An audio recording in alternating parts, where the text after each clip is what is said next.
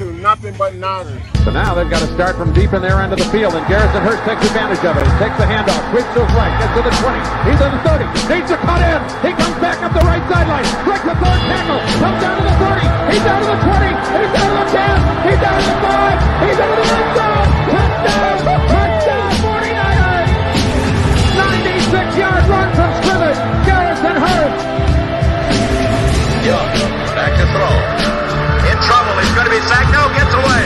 He runs, gets away again, goes to the 40, gets away again, to the 35, cuts back at the 30, to the 20, the 15, the 10. He died. Touchdown, 49ers. Well, the Ravens 27-yard line. 49ers into the backfield. Smith on third down. He will take it himself for first down and more. Alex Smith is in. Touchdown. His left hip. Third down, Alex takes the snap. Alex looking down in the post, and it's good! Touchdown! Touchdown 49! It is second down. Ryan takes the snap, goes to play to the left side. It's Michael, intercepted! The 49ers pick it, and Navarro Bowman is redemption! Navarro Bowman running it all the way for a touchdown! No greater redemption! Kaepernick shoots it. Fooled everybody.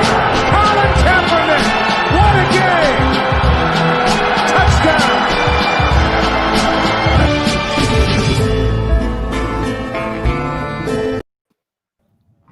Click, click, boom. What's going on, faithful? It's your boy, Nick, 49er Faithful 365 all day, every day. Here to bring you another fun-filled episode here on the Nothing But Niners podcast.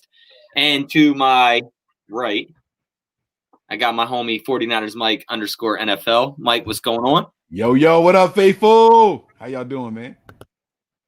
Chilling. Brian below me, what's going on, baby? All right, all day. We're here. Let's do this. All day, we're here. Let's do this. Tony, what up, my man? Tony's on mute. Welcome. All right. What's going on, guys? There we go. We got him now. I was just waiting for the little what's up, faithful? So, what's going on, guys? Man, it's been a while. Here to shoot some shit. Mike is I'm not even gonna say it. Now I'm back. All right, man. I'm not even gonna start the I'm not gonna start that already tonight. Did you have like a Manscaped joke already? Yeah, I had something going, but I'm not gonna do it. Nah, man, it's good to see you guys, man. I'm happy we're all back on here. We're gonna discuss some of the latest Niner stuff, but let's do the formalities really, really quick, guys. If this is your first time here, make sure you hit that like and subscribe button. We appreciate you guys. So also turn on your notifications so you know exactly when we're going live. Give us a follow on Twitter and Snapchat. That is Nothing But 9 ERS. That is the number 9. Nothing But 9 ERS. We have Facebook, Instagram, and Twitch. That is Nothing But Niners, spelled all the way out. All words, no numbers, spaces in between, and it's spelled the same way as the website, www.nothingbutniners.com. Guys, we are looking for somebody. Let's start with this APB. Who is Sportaneous? What that person? Sportaneous comment. Yeah, we have to find the Sportaneous comment. They were the final winner of our giveaway, and we haven't heard from them since then. Yeah. So, Mr. Sportaneous, Miss Sportaneous, if you guys are out there, please comment. I need you to send an email. All right. So here's the email address: nb9ers@nothingbutniners.com. Please send an email. We're trying to make sure that everybody gets their gifts by the holidays, by the time the end of the year rolls around. So make sure that you guys hit us up. Everyone else who won, I reached out to you guys today. I want you guys to make sure that you respond in the appropriate time. Let us know what you're looking for. And we got you, man. We got you. All right. So, yeah, I see you guys. I'll take the gift. I see you. I see you, man. But, fellas, all jokes aside, how the hell have you been? Brian, I think you've been away longer than anybody else on the show. What's going on? Look. This is Breezy's arch nemesis. Yeah, here. it was trying Trying not to get fired after the spontaneous or the overreaction show after Seattle. That's all. Oh, so you've been laying low. Okay, I get it. And I've been working on some stuff for next season. So No, we appreciate it, man. Good to have you back, man. Guys, I don't know where you guys want to start. We got a lot of news to break down. The team is sending more people back and forth to the COVID list. Breezy is still on the COVID list. Breezy is on the Nothing But Niners IR COVID list report. He will be back as soon as he passed a couple of tests. You know, we got to go through the NFL protocol here also. And as soon as he is done, he will be back. He will be back. So where do you guys want to start? We got a little bit of news out of the 49ers camp today. Is that where you guys want to start? Yeah, let's start with the camp news. sounds good to me. You know, poor guy, Deebo Samuel, you know, played 3 games and he's been tested 6 times for PEDs, and he's not even the guy using them because K'Wan Williams just got busted. So, like, testing the wrong dude, my guy. Right? The wrong dude. But no, like, you know, it's crazy, man. This guy has been tested 6 times this year already. That's just insane. Like, why do you guys think that is? Like, why do you guys think that the NFL, you know, they say it's random testing, but come on, 6 times your name gets pulled. You've only played in 3 games. You know, it just depends on how they do it because, you know, during my time in the military, they would do random tests, and those random tests seem to be very not random with certain people. They just seem to get called every month, every 2 weeks. And so it's just luck of the draw, unfortunately. And I don't know how the team does it or how the NFL has it set up because I'm not privy to that knowledge. But, I mean, we did it based on Social Security numbers. So it was just, you know, just happened to be the same people getting it quite a bit. And so I can see why that might happen. They need to change that number order up or something because, right, my man, look, I know he's about to unleash the beast and all, but, you know, 6 times, that's just crazy, man. I feel for Deebo there. But you know what? Look, as long as you ain't doing shit, you ain't got to worry about nothing. Just keep testing and whatever. But still, I understand where he's coming from because, like, he put out a tweet like, come on, man, what's going on with this? Like, this ain't random. But, you know, looks on better note, looks like Deebo Samuel's back ready to work, and looks like he'll be coming back. What are you guys' thoughts on the K'Wan Williams thing real quick? Not concerned. Taylor's been holding his own. Yeah, well, I mean, he was already going to miss the next 2 games with injury anyway, so those games count. So, you know, it's not really a big deal as in missing time. Plus, like you said, Taylor's been playing his ass off. The Niners actually did him a favor by not putting him on IR. Because if he was on IR, the suspension would continue after he returned. Exactly. Even if it went into this season and he was on IR for the rest of the season, when he was eligible to play again next year, he would then have to be suspended at that point on a new contract. The Niners did him a huge favor. Yeah. So that's pretty. He's dodging the bullet. He's getting away with a sneaky one there, man. Yeah, Tony, you got any thoughts on that? Honestly, I thought if you're on injured reserve, the time doesn't count. Right. It doesn't. He's not. Right, that's what I'm saying. He's not on IR. He's not? Are you sure? Because I thought they put him on IR. No, the team said that they were afraid to put him back on IR because he was already on it with the designation to return once before. So they said that they don't want to put him there because if they put him there again, he's done for the rest of the season. And they think there's a chance that he could return towards the end. So they never put him there. He's just been chilling. All right. I got you. I thought he was on IR. It's my fault. He was gonna be, but Shanahan, unless something changed recently, which it could have, and I just don't know it. But unless something changed recently, he's still on the active roster, which is crazy, right? Like he's done for a significant time, and he's on the active roster. I saw somewhere that the Niners only have like 42 players on the active roster. Is that right? Did anyone go back and like check that? 42 or 47. There you go. It could be a 7. Could be a 7. I saw it in passing, but I think that is absolutely incredible that this team just hasn't forfeited a game yet. And of those 47, is K'Wan counted in that because he can't contribute? No, I don't think it was because I saw that last week before they announced the suspension. Right. I currently have the roster at 48 active with K'Wan on there. With K'Wan on. Holy smokes, man. Yeah, so K1 is just on the reserve, suspended for Week 12 at LA Rams. That's how they have him listed as. Mostert, IR, injured reserve, expected to return Week 12. DJ Jones, IR reserve, COVID list. Jordan Willis, COVID list. Who's going to be our defensive line Sunday? Brandon Ayuk. Have we touched on all these players that are on the COVID list? All right, so let's go over those real quick. So we have DJ Jones, Jordan Willis, Brandon Ayuk, Trent Williams, Daniel Helm. No, he's not on COVID list. He's just out for Week 12.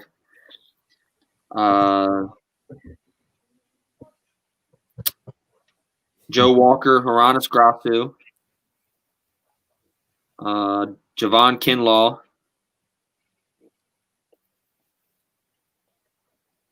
Armstead. The whole defensive line is there. Oh, there we go. Can we start there? Except for Hyder. Hyder's not, yeah. Yeah, so Armstead.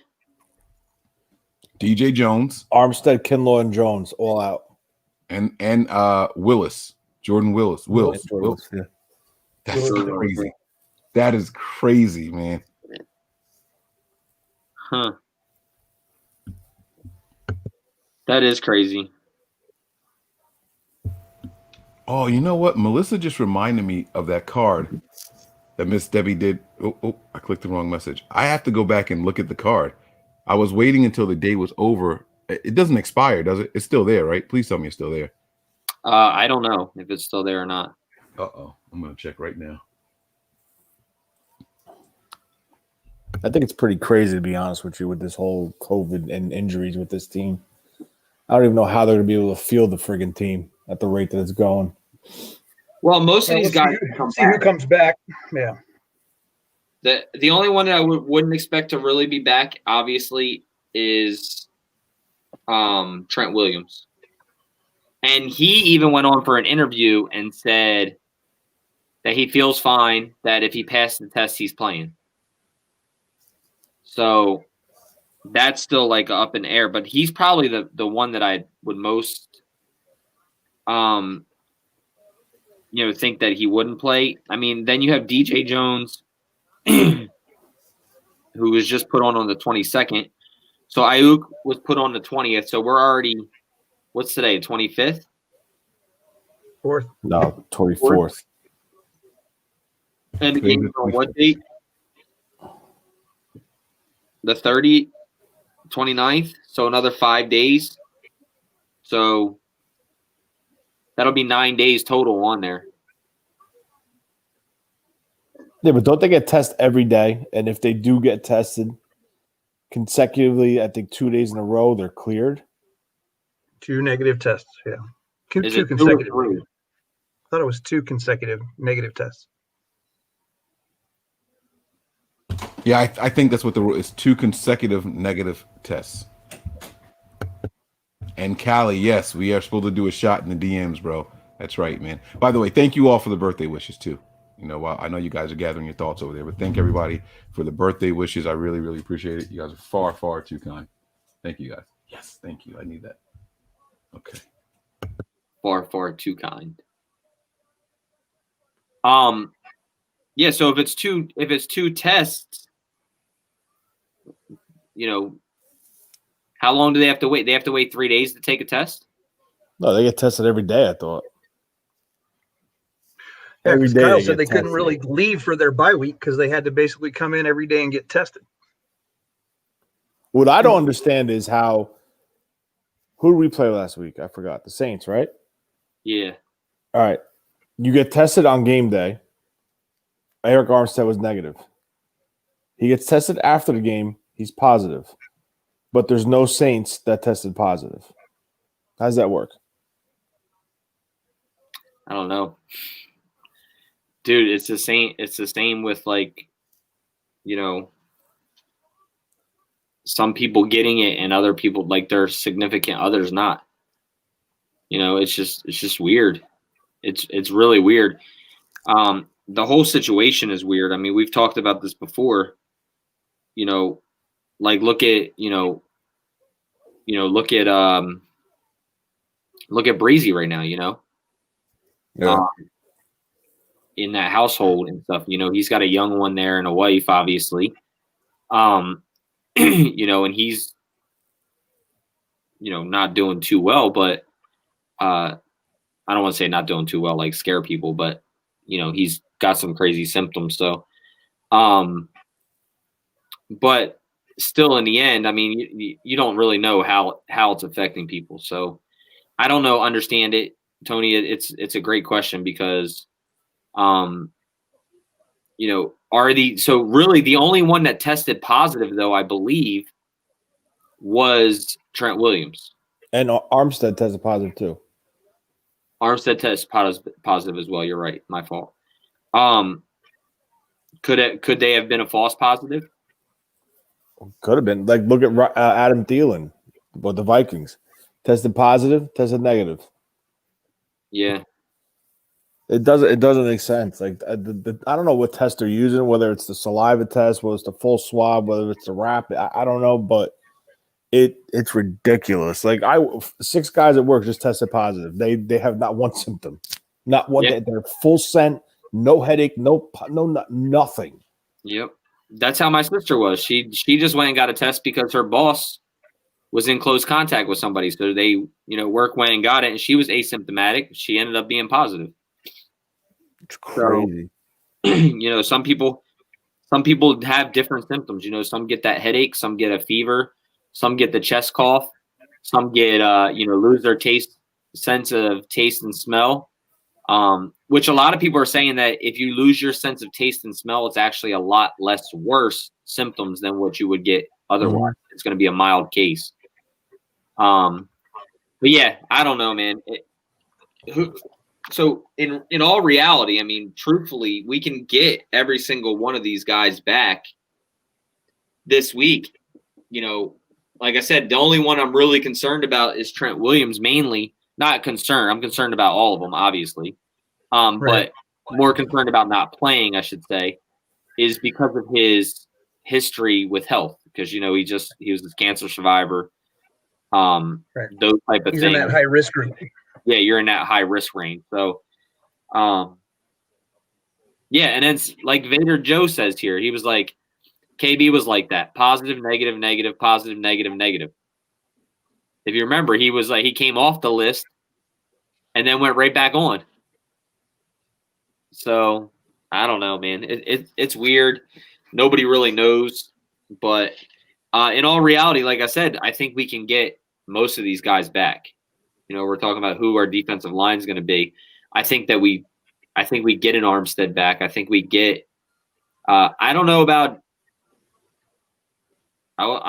Jordan Willis and maybe DJ Jones just because they just went on the 22nd. But if they get those 2 negatives, then they should be good to go. I also could be wrong, but I think that's when the team announced it. I don't know if that's actually when they started it. You know what I mean? They put them on the list November 22nd. Yeah. Right. So we don't know. But the article that I read said that of all 9 players, everyone could be back by the time the game started. So right. And there's no restriction for them. They could literally be activated minutes before kickoff. Right. Like you don't have to do it by Saturday. Like if they wake up, they're symptom free, they test negative, they could play that day, which is interesting. Like you're saying, Tony, I mean, you could have like delayed response for these Saints guys, and they may come in on Saturday and test positive, and then they're just SOL.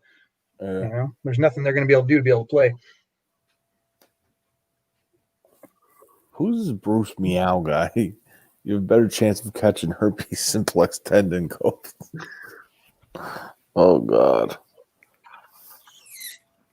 Anyway. Oh man. I don't know. All right, what's next? Mike, go ahead. You were gonna say something. Yeah, I think I don't know. I was gonna ask, but we already moved on from it. I was gonna ask about this whole random testing policy. Like, do you guys think that a company this big is really doing it random? Like, is that so? All right, I guess it's more about the criteria for a random test, right? So we're going back to the Debo thing and being tested 6 times, even though he's only played in 3 games. Now, you see K'Wan Williams being tested; he hasn't played in 2 games, right? So it doesn't have to be players who are active, but they have to be on the active roster. Is that correct? So there's active roster players, like a guy who's on IR. Can he be randomly selected? Well, Chase Harrell was selected. He was on the practice squad. Right, that's an active. It's not the squad, active right? roster. No, but he's eligible to be a player. So that's what I'm saying. Like, He's not on the IR. Someone who's on IR can't play. So do they test guys on IR, or do we not know that? And then is it random throughout the entire league, or is it random in the locker room? Like, is there 3 tests every week that are going to happen for the 49ers, and then we hit shuffle and select 3 random 49ers, or is it random throughout the league? I don't know. Time to phone a friend. Call Mike NY. You think Mike knows? He always seems to have all the rules. So, all right, here comes your phone a friend moment right here. Let's see if he picks up. he'd be like, "Stop bothering me." Who, NY today? Yep, I'm going to call him and see if he knows the answer to this. It's got to be completely random. Yeah, it is. I'm going to get cursed out.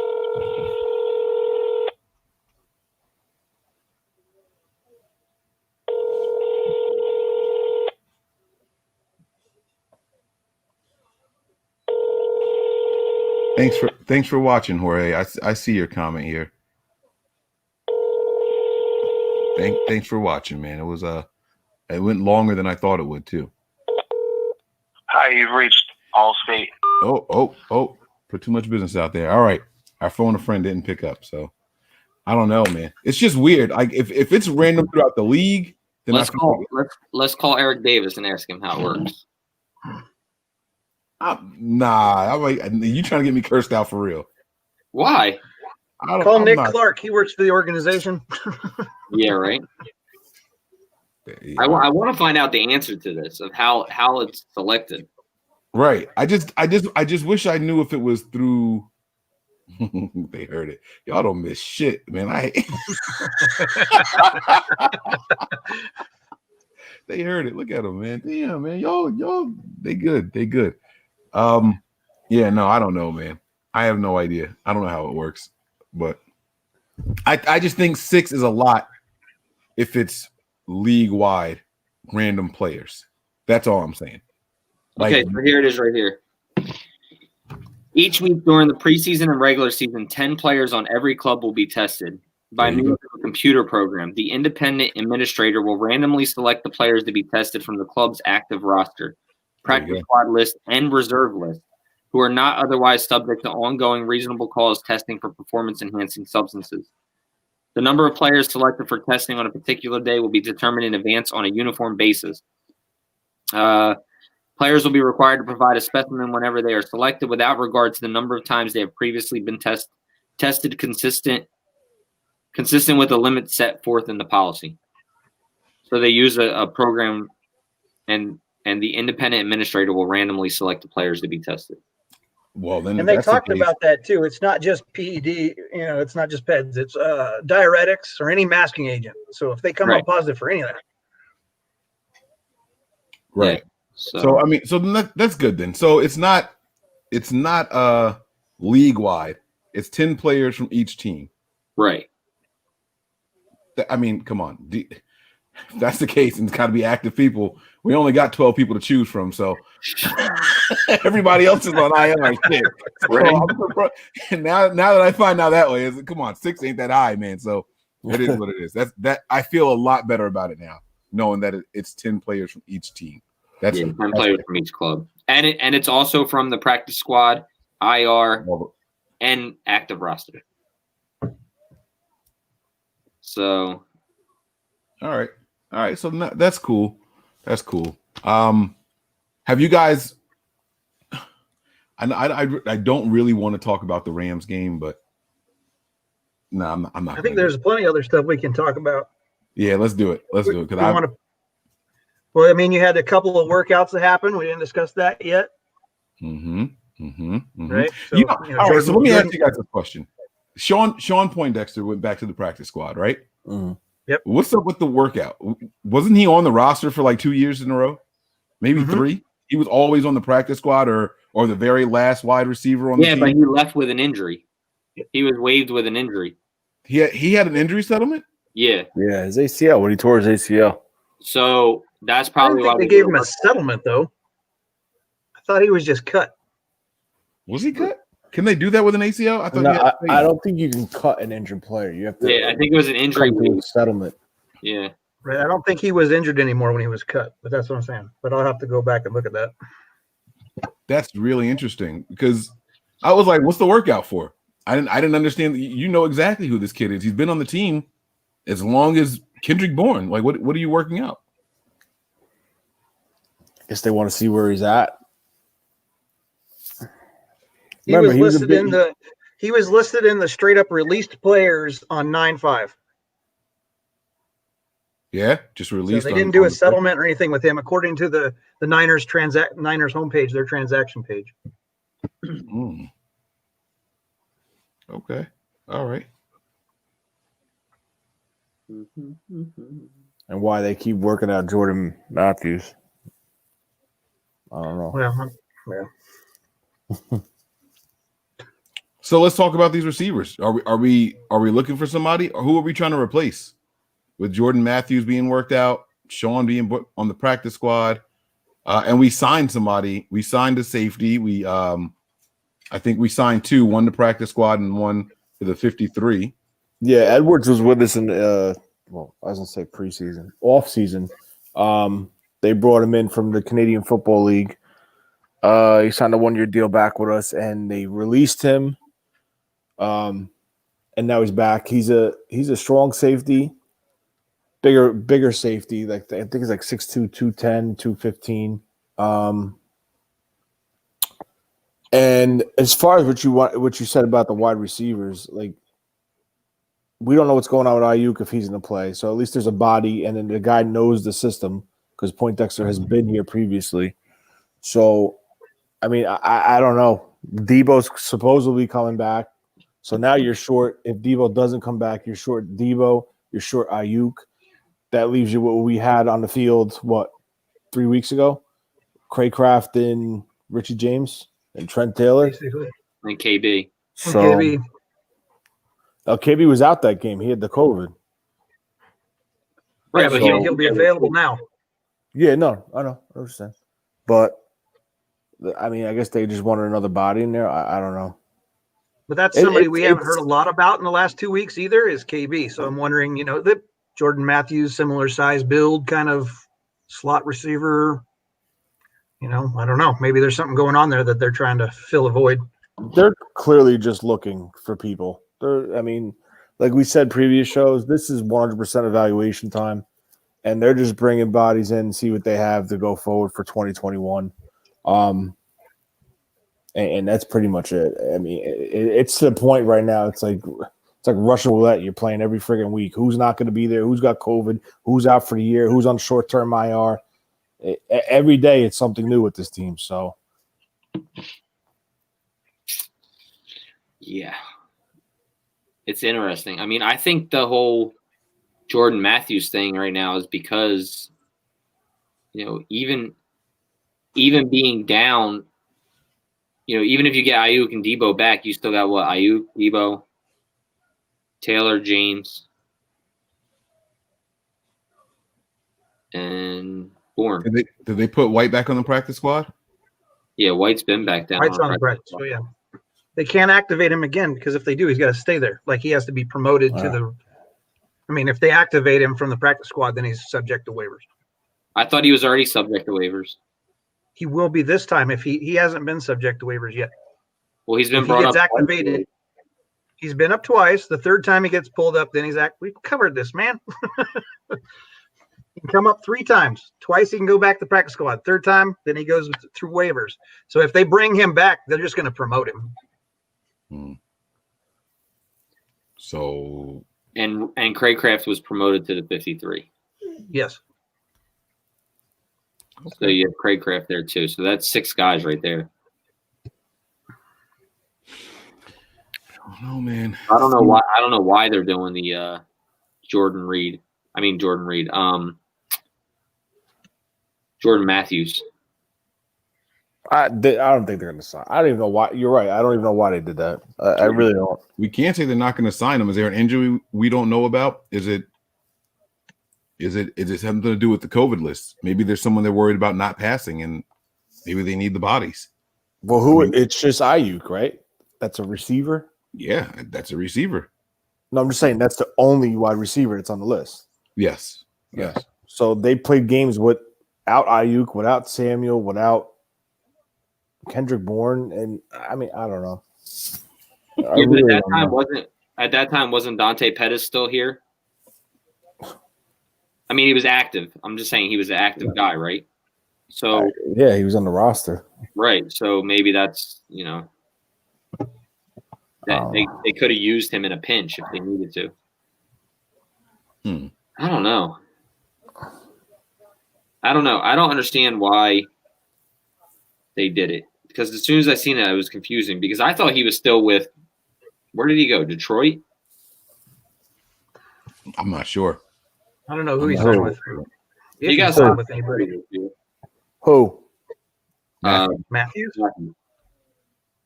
Really? Matthews didn't go anywhere. Sanu left us and went to Detroit. He went to Detroit. Didn't Matthews go to Philly, though? To work out. I don't even think they – I thought they signed him. if they did, he didn't do nothing. That's just research. He's been with the team before. They want to make sure he's still healthy in case they need a body. Mm-hmm. Well, I think they brought him over there when they were down all those receivers. Is Sanu still on Detroit? Yeah. Yeah. Yep. I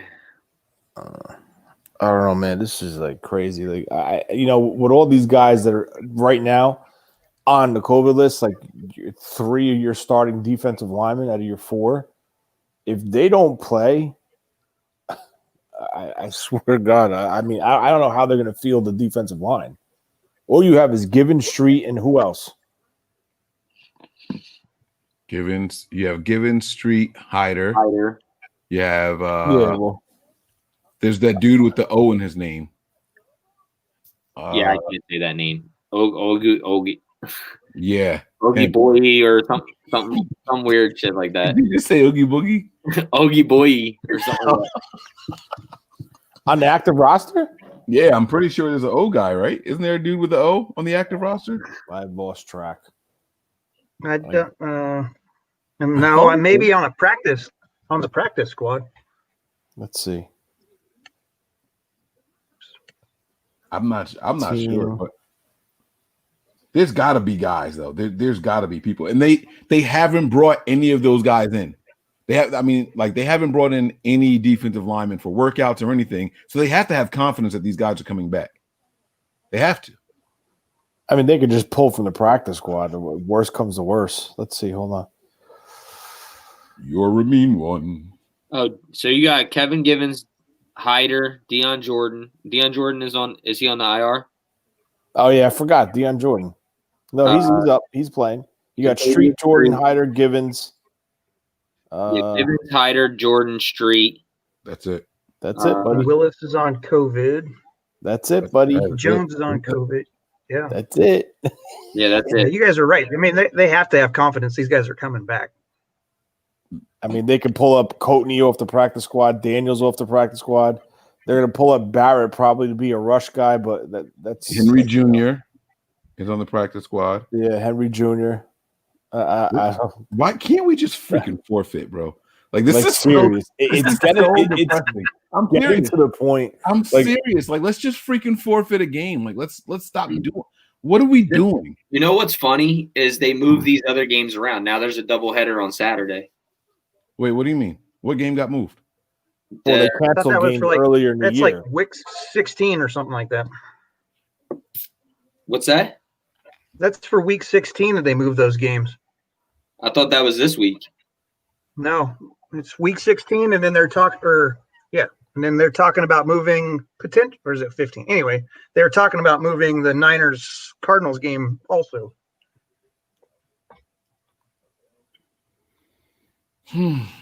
like this is the first year I actually could honestly say I've 100% lost track of this roster of who's on it. Because there's been 172 players on the 53-man roster this year. I've never been so stumped when you ask me a question about the roster. I have no clue. Every day I have to update everything. It's crazy.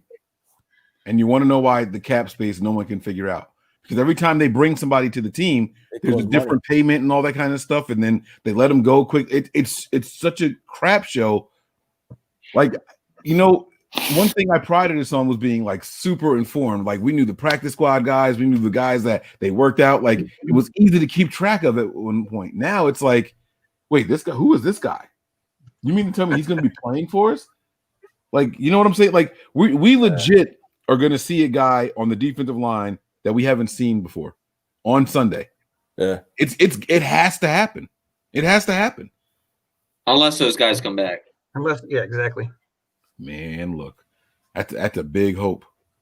That's a big hope between injuries. Well, I mean, when you're talking about some of those guys that just are on the COVID list because they were in contact, the proximity guys, proximity alarms or whatever went off saying that those guys have to be identified as not being on the or having to go onto the COVID list. So the chances of those guys that didn't actually test positive coming back is pretty high. Here's my question. Our whole defensive line is out, right? Because of close contact. But it's not technically the whole defensive line. And how come none of the coaches are ever put on it for close contact? That's a good question. Maybe they don't have to tell us. Yeah, but they wouldn't be on the field. Yeah, but we still wouldn't know that. The coaches can coach from the booth. Being on the field is a luxury. Greg Roman is never because you have to go through the protocols. You can't be in the building. Yeah, but what Brian said was that maybe they don't have to tell us. Like that might be something that they don't have to report. Right. I think the only thing that we're ever going to know, well, I'm not going to say ever, but the people that we would definitely be informed of are your head coach, if you have an assistant, and your coordinators. Other than that, I don't think that, if Kosaric was out, I don't know that the beat writers are going to write anything about that, or we're going to get a notification. Well, so then you flip it to the other end. Same thing. We're probably not going to hear about referees, but I don't know. I just think, you hear about, players and coaching staffs, but we haven't heard anything about the 49ers. I've heard things about coaching staffs. Like their coaching staffs are, Baltimore just came out with it, right? Like some of their coaching staff and Philadelphia, I believe, had some coaching. I didn't know about either one of those. I'm not saying you're wrong. I have. No. I'm not saying. I know you're not saying I'm wrong. I'm just kind of trying to figure out why, because they can't coach from the booth. So who's stepping in to fill in for these guys if that's the case?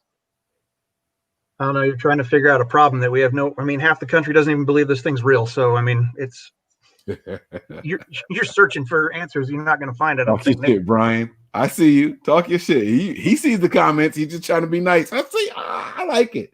I like it. He got some spice into that beard. I see you. He's with it. I like that.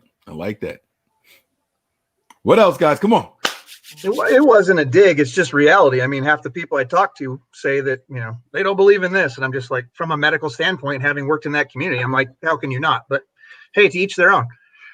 Yeah. So the practice window. Oh, go ahead, Nick. No, I just want to get this comment here. Mark's always paying for comments, but he says, I ain't got the cash to ask. But do y'all feel there's a conspiracy like the league is after us? It's just funny how the players we need during certain games test positive, and you see what the refs do. I hate to say it, but no, I don't think it's a conspiracy, man. I think everybody who's passionate about a team feels like can connect dots if they want to say that the league is against them. My uncle is a diehard Raiders fan. I hate the Raiders, but let me tell you, he is adamant that the league is added out for Al Davis, and then he literally said, well, now that he's dead, maybe we'll get a break. And then after week 1, I don't even remember what happened. He's like, nope, No, they can win a game. And he was like, they didn't want us to win. The league didn't want us. So I just think, it's every passion feels that way. I don't think the league is out necessarily, but I do have some conspiracy thought process about some of these refereeing teams, because there's been several groups of referees, because they try to put them together and they stay together for the season, and so there's a couple of teams that just seem to always call poorly against the 49ers, and I don't know why. Maybe they hate something Steve Young did or Jerry Rice did, and they're holding it against them. I don't know, but it does seem that way sometimes. Mm-hmm. You talk about officiating? Yes. Yeah, the worst one is Bill Vinovich. I can tell you that for a fact. Yeah, that guy's one of the the worst. 49ers. He has to be whatever. I'm not talking about referees right now. It is what it is. Let's talk about our active 47 guys we have. You can't control that anyway. So. So we have 47 guys to play on the. I don't even think we have to deactivate one, right? We have to sit one guy. Yeah, something like that's going to be a coin flip. What do you think it is, Akello? If we have to deactivate one person for Sunday? Akello's never playing for the 49ers again. That's you guys can forget. Did you see the new rule, the new league rule that they put out? Kello can't play for any team? What? No, about they came out with new rules in the middle of a week? Yeah, they came out with COVID-19 protocol updates. So it says, beginning in week 12, players who are not substituting or preparing to enter the field of play or not wearing their helmets will be required to wear a mask or double-layered gaiter on the sidelines. And then it says, in addition, hold on, where'd it go? Oh, here it is. Party. Also effective in week 12, the maximum number of players that may travel will be reduced to 62 players. Any player who travels to a game, even if the player is not eligible to play in the game, a player on reserve injured will count against the 62-player maximum. To ensure competitive, the participating teams must submit a list of players that they wish to designate to be eligible to attend and or play up to a maximum of 62 players via the smart sheet that can be found at such and such no later than 4 p.m. New York time on the day prior to a game. A player not listed may not participate or attend the game. So this list will not be shared with the opposing team. This rule will take effect beginning with Thanksgiving Day games and continue throughout the remainder of the season. So even if you have guys that were traveling with the team that are, hurt or whatever, you have to cut all those guys down now. You can only go to 62 players. And that's crazy because, like I was saying earlier, like if we were taking, at the beginning of the season, right, and we're going to the East Coast from the West Coast, and you're only taking 62, and then you have like 3 guys that test positive. If you didn't bring someone to replace that specific position, you're just shit out of luck. Yep. I'm fucked up. I screwed up. Is that they need to just cancel the season. They need just to say that's it. It's over with. That's it. Okay, because I don't know what the hell they're thinking. And after this, I'm pretty much done with talking about COVID. But the Super Bowl, no one's gonna be allowed to be there. So what's the difference? Like seriously, it's over. The league has proved that the money from the commercials means more to them than anything else. The bottom line is every team can run a practice squad out there. They don't care. It's the TV revenue that they care about. And as long as they're willing to, as long as networks are gonna, because they signed that contract for these network bids already, NFL now has to hold up their end of the deal or refund money. They're not going to do that, so they're going to run practice squads out there if they can. Guys, we're going to be suiting up for this team soon. The NFL makes too much money. They won't lose out on all the money that's put out, or it makes too much money to be on TV. I can play just as good as Brian Allen, I'm sure.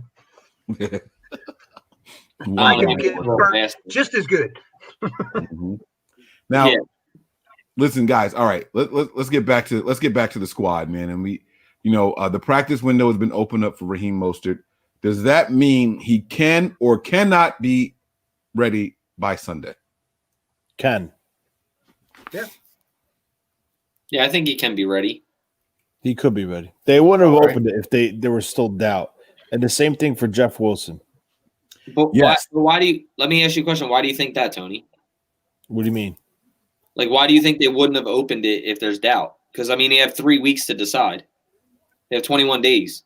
I would, if there's still doubt that he's not 100%. Why would you even put him out in the Open his field? window. Well, You they just- did the same thing for Richard Sherman. Richard Sherman's been ready. His practice window opened up 2 weeks ago. Yeah, Right. but they said Richard Sherman could have played last week if he really had to. But I mean, not obviously at the bye week, the week before that. Wait, that was said? That was stated? Oh yeah, they said he looked good out there. He was running around in drills on the field. He was playing.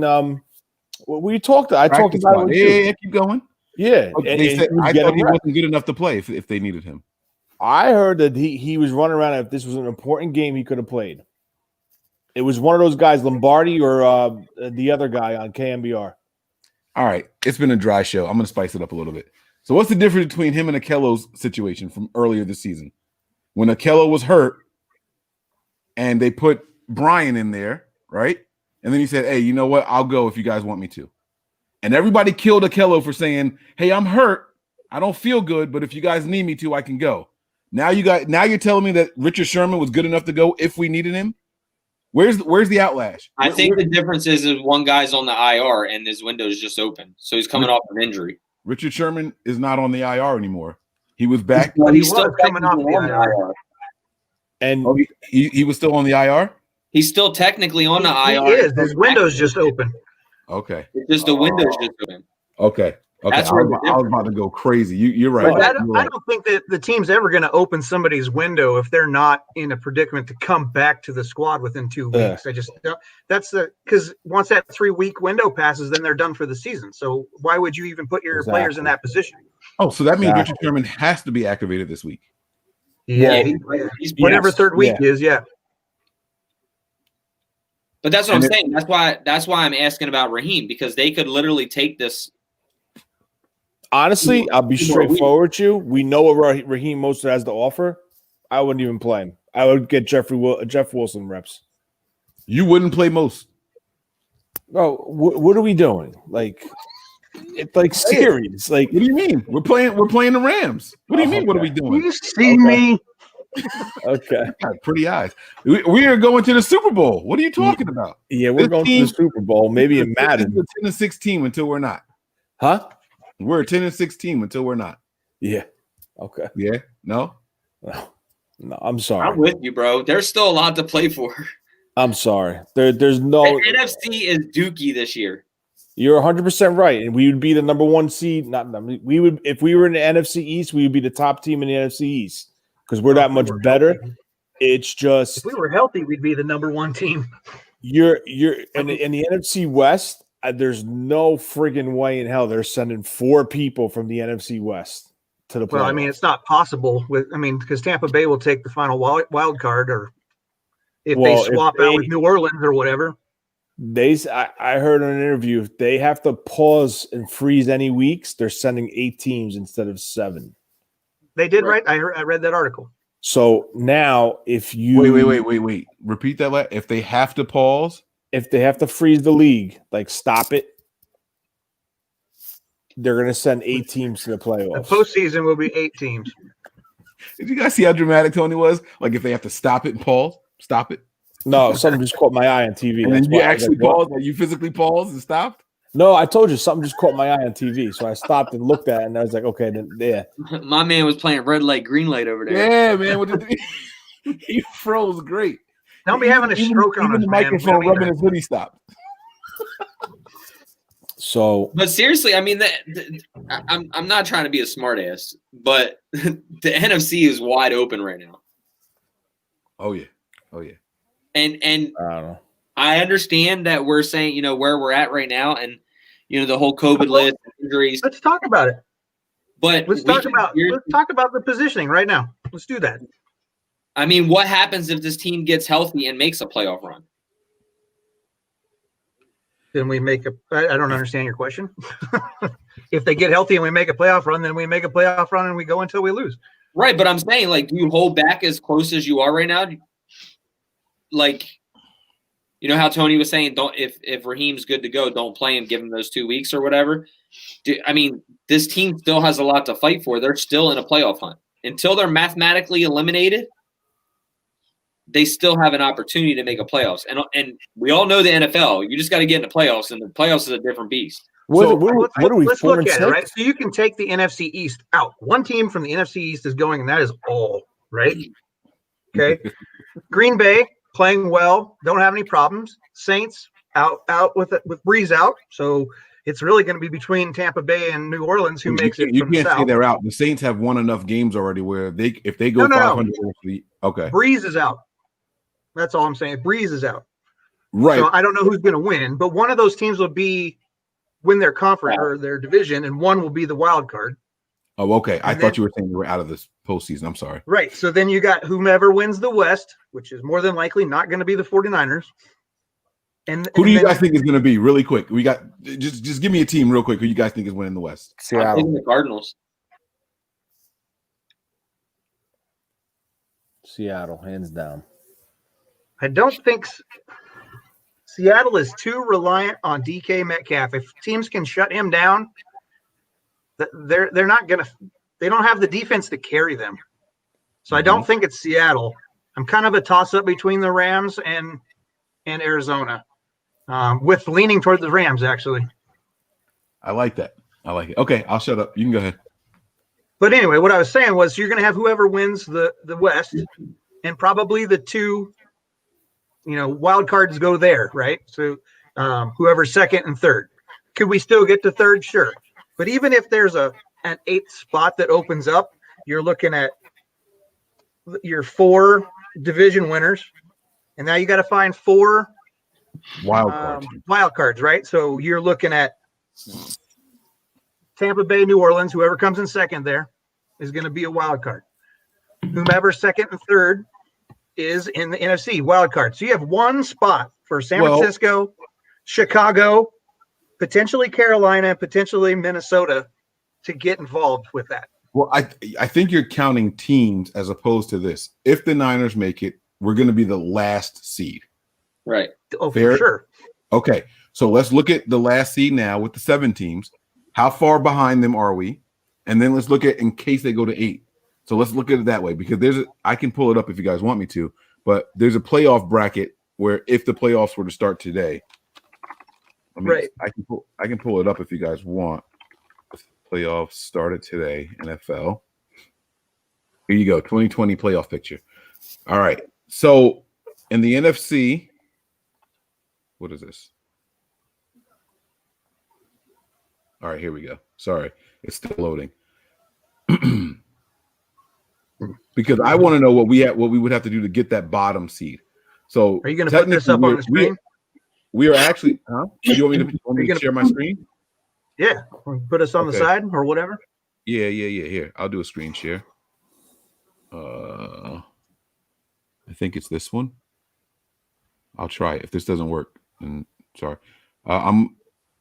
Share audio. Okay. Can you guys see it? Yep. No, you can't see it? Yeah. Okay. So right now we're the 8th seed right now? Yeah. How do we a bye week helped us? We were like because the Vikings lost, the Lions lost, the Cardinals lost. Not the Cardinals. Cowboys lost. Yeah, the Cardinals did lose though. You're right. The Seahawks beat the Cardinals, remember? Yeah. Yep. All right. So look, forget all these teams up here, they don't matter. None of these teams matter. We're talking about this right here. Yep. And we're one. Are you kidding me? That's why I said. There's like 4 teams there's 4 teams that are 4 and 6, I think. Get the freak out of here. That's pathetic. I told you the NFC is not really like what's the best record in the NFC right now? 7-4? No, it's the Saints at 8-2. 8-2 are the Saints. Yeah. The Saints are 8-2. Seahawks are 7-3, so are the Rams. Packers are 7-3. Bucks are 7-4, and Cardinals are 6-4. Wow. I can't believe we're that close to the postseason. You have to compare the schedules. We're going into the toughest part. Okay. Seattle's going into the weakest part. So I'm just saying that. Well, that's why I think they're going to win. It's not about the teams in our division. I understand that. What I'm saying is that's why I picked Seattle to win the division because they're going into the cake part of their schedule. So now if you match up Go ahead, Tony. Sorry. No, go ahead. No, I was going to say Carolina. I was going to say what Mike's pulling up. Carolina and the Vikings play this weekend, so that's going to change that dynamic even further with those teams that are playing. Now, if you compared the Viking schedule, the Niners schedule, and the Lions schedule over the rest of the season, those three teams probably have easier schedules than us. The weakest team we face is Washington. I don't know about that. We still have the Cowboys. We still have Washington. Hold on, I'm going to pull it up. So this is Viking schedule. This is Lions schedule. Who else? The Lions. You had Panthers. All right, no, forget the Panthers have to catch up. They're behind us. I'm only looking at the teams tied for us for that 8th spot, and then I'm going to also look up the Bears. The Bears, yeah. I'm not going to look up a team behind us. And the Bears have to go to Green Bay. I mean, not that cold weather's going to bother them, but they're going to play Green Bay, who's firing on all cylinders right now. So that it doesn't look good for the Bears to hold that spot. Oh, look at this! All right, so let's have some fun, guys. All right, here we go. We found something to talk about. Oh, hell yeah! All right, so let's do this. Let's do loss, win, loss, loss, loss. Tony, where's my GM at? You got pen and paper over there? Oh, I can't look at that screen. Sorry. Shit, that's no fun. No, I don't. You don't. Tony. I got pen and paper. All right, Nick's got pen and paper. I had to get rid of rid of my desk, man. I don't have pen and paper. And we can't use the playoff machine on here. I don't know. Is that on here? ESPN has one, but there's another one too that's not on ESPN that we could just do it. Click on them and it's done. Yeah, I don't know. Oh, you mean like just like if we go through the schedule and do it? Well, no. ESPN has a playoff machine. You can just click on who wins each game every week, and you can just figure out what you think the end's going to be. All right. But if you want to do, I've never done it before. Is it this right here? Right. You just have to make sure it's 2020. Yep. No, it's the one you were on before, the top one. All right, let's try it. I've never done this before. I just didn't know if there was any problem with using this ESPN site. Nah, screw it. If we get in trouble, we get in trouble. I don't care. So if you go back to the top of the page, those buttons that are up there, like if you click to week 12, you can click who do you think is going to win each game all the way through the end, and it'll give us playoff seeding. Mike, just make that screen bigger. Pull us out. Like, just make that bigger because I can't see it. If I click on this, it's gonna. All right, I can do it. I know what you mean. Hold on. Yeah, just I can make it bigger if you want. I got it. You want this, right? Yeah, and then just go back to the thing. All right, so I'm gonna do that, and I'm gonna F11 this, so that's even bigger. All right, you guys good? Yeah. Sure. All right, so we're gonna go to week 12. All right, we're gonna do. What are the three teams we said? Lions, us. No, Minnesota. Vikings, Lions, and the Bears. All right, Nick. So write those teams down for me real quick.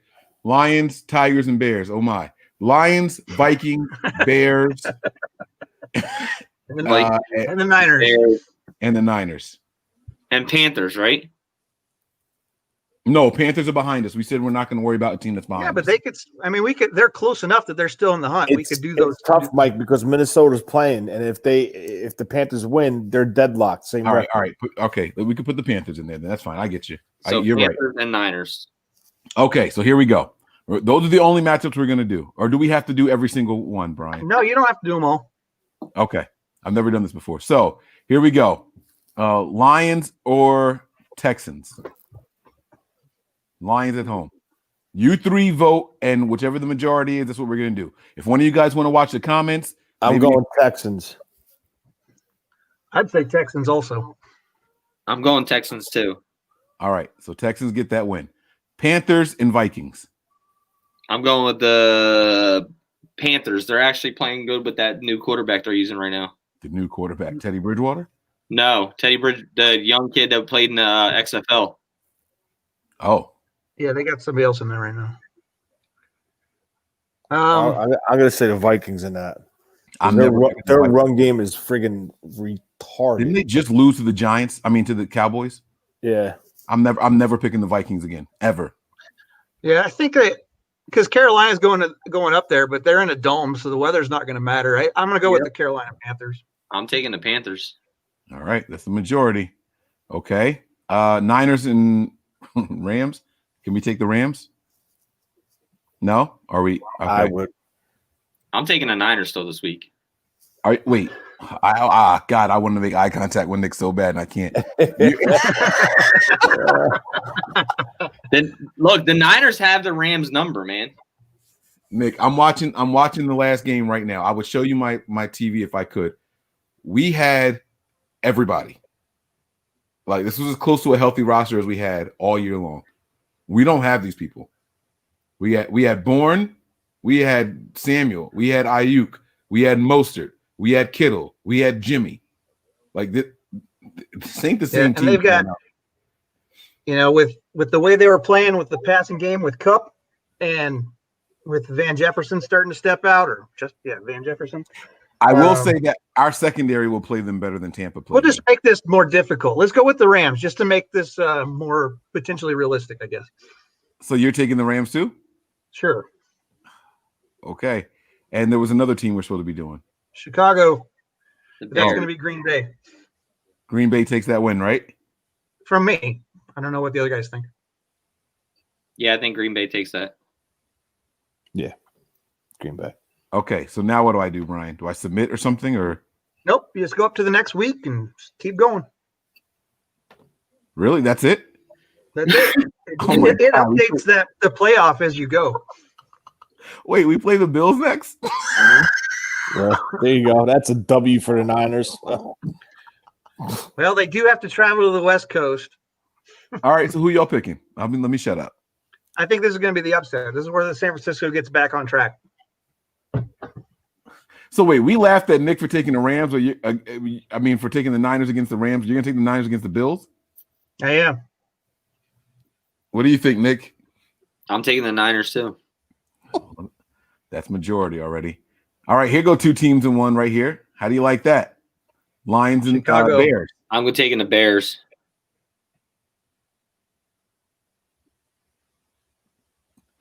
Tony, somebody, hello? I heard Brian said the Bears, so it's 2-1. It's done. No, screw that. I'm taking the Lions. Who are you taking, Tony? Where's it being played? In Chicago. In Chicago. Chicago don't have a quarterback. I think the Lions could win that game. All right, so now we go to the chat. Everybody in the chat, pick Lions or Bears, and the first 5 are the ones we'll look at. We got Lions, Bears. Shit. Bears can't score, so I'm assuming that means Lions. So that would be out of 5, that's 3. So Lions. Okay, there we go. All right. Vikings or Jaguars? Jesus. Look at the schedule of these teams. Vikings. I'm taking the Vikings there. Vikings. Look, Bears. Now the Bears are coming back. We'll go back to it by the end of it. Vikings or Jags, fellas? I'm taking the Vikings for me. Vikings. We're not doing Packers. We did Lions. We did Bears. Panthers. Where's the Panthers? They have a bye week, right? No Panthers. All right, where are we at on this thing, on this game? The Niners and Bears. Niners and Bills. It depends on who's playing. Hey, forget it. Let's have some fun. Take the Niners. Niners are winning. The Niners are winning. Let's take the Niners. We got some healthy guys. Shanahan's going to take advantage of some defenses. Let's go. All right. Let's start with the Niners again. Niners and Skins. Oh, Niners and football team. Niners. Niners. Whooping our ass. Y'all crazy. All right, I'm playing. I'm putting it on this. All right. Niners got that one. Broncos and Panthers. I'm taking the Come on, Panthers. Tony. I would take the Panthers there. Yeah. Me too. Where's it being played? In Carolina. In Carolina. All right. We got and Carolina's Altitude allowing fans, sickness. if I'm not mistaken, too, Tony. We have Green Bay and Lions. That's gonna be Green Bay. Yeah, Packers. You guys are nuts. I think the Lions have the Packers number, but that's cool. The Packers are going to have to stumble at some point. It's inevitable. Exactly.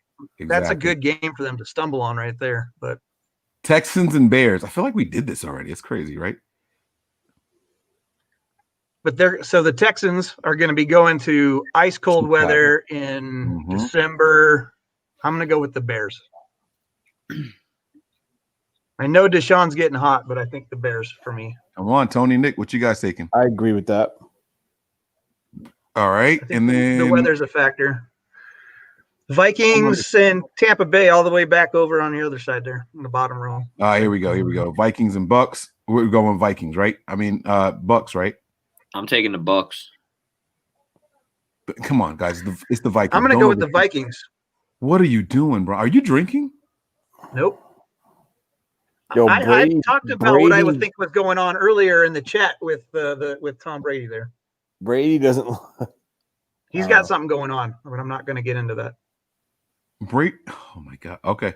By this time, I promise you, Brady's going to have this whole Godwin, Evans, and Brown thing figured out, and they're going to look insane. The short passes are going to be phenomenal. All right. Hey, it's not on me. No, I'll go Bucks there. Nick, you're the tiebreaker. Come on, bro. I'm gonna go Bucks there. I'm going. Oh man, come on. It's the Vikings, guys. The Vikings that lost to the Cowboys. Yeah, the lost. Vikings are perennial playoff contenders that choke in the playoffs. They have to make the playoffs. They're not making the playoffs this year, bro. The Vikings are trash this year. I'm sorry. Go ahead, Nick. Let me shut up. I'm taking the Buck. Okay, there we go. We got it. All right, here we go. Week 15. Okay. Niners versus Cowboys. Come on, guys. We have I'm taking the Niners in that one. We have to. I'll take the Niners in that one. All right. We finally all agreed on one. They're back again. I swear to God, we've done this 7 times already. All right. We got a lot of division games. Yeah, Bears and Vikings. Come on, guys. Vikings. It's like you guys haven't watched them play. Oh, look, another one. Look at this. Oh, Panthers and Packers. I think the Panthers take that game there. That's in Green Bay? Yeah, I'm thinking Green Bay. You're taking a Packers. Carolina team to the snow Arctic freezing temperatures. Who I think that plays a Packers. He said Green Bay. All right, we're gonna put this one to the faithful because I'm gonna take the Panthers here with Nick. So I wanna let's get some votes here. The first 5, because the Packers have a problem of playing to their competition. Panthers. Espinosa's Panthers. Yeah, Panthers won right now. He said both. Nope, you're out of here, man. Yeah, he said Packers and Panthers. Panthers, Packers, Panthers. All right, so Packers. Two of the Mark Espinosa said both teams. So all right, so give me the final count. I can't see it. So Jesus Christ. Packers, Packers. I'm seeing like more Panthers than I am Packers, but I don't know if that's all right. People being legit. We're gonna take the Panthers. All right, here we go. If one of you fuckers take the Vikings, I'm gonna flip. I'm taking the Vikings, Mike. Vikings and Saints. In New Orleans, I'm taking the Saints. Nick? Oh, man. Think about it. Tony? Oh, man. Really? I'll take the Saints. It's week 16. Drew Brees is back. No, he's not coming back. I'm just kidding. That's what's throwing me off right there. All right, I tell you what. We'll come back to that one. Bears or Jaguars? I can't look at how easy their schedules are. What Bears? That's what I'm saying. Bears. Holy smokes! 2 Bears. I heard 2 Bears. Yeah, I got the Bears. Panthers and Washington. I like Washington. Where's that being played? Washington. I'll go Washington. That's 2. Bucks and Lions. Oh, and this is a defensive guy who knows Tom Brady. Come on. Yeah, I'm going Lions. Let's go, baby. Come on. I'm going Bucks. I'll go Lions. All right. We got a 2-1. Let's go. I like it. All right. Niners and Cardinals, guys. They got us week 1. We owe them one. Niners getting hot. Players healthy. Defense is healthy. D Ford is back in week 16. Yeah, okay. I wasn't supposed to say that. I'm going with the Niners here, though. I think we do beat the Cards. Come on. I need one more of you guys to say it. I'm picking the Niners, so even if y'all don't say it, we got to go to the voting poll. So who y'all taking? Come on, Brian. Come on, Tony. Niners, come on. Man. Taking the Niners? Taking the Niners. I think that we got Kyler's number now. I think we'll figure that out. As long as we can contain Hopkins, we'll be fine. All right, so that's Bears Oh, we picked that one. 1, 2, 3, 4. Is that all of them? No, you need Lions. No, we did that right here. Lions, and we picked the Lions over the Lions, Vikings. Oh, the Vikings of the Saints. That's right. We got to come back to it. You and Tony couldn't decide. You No, could I just said the put tie.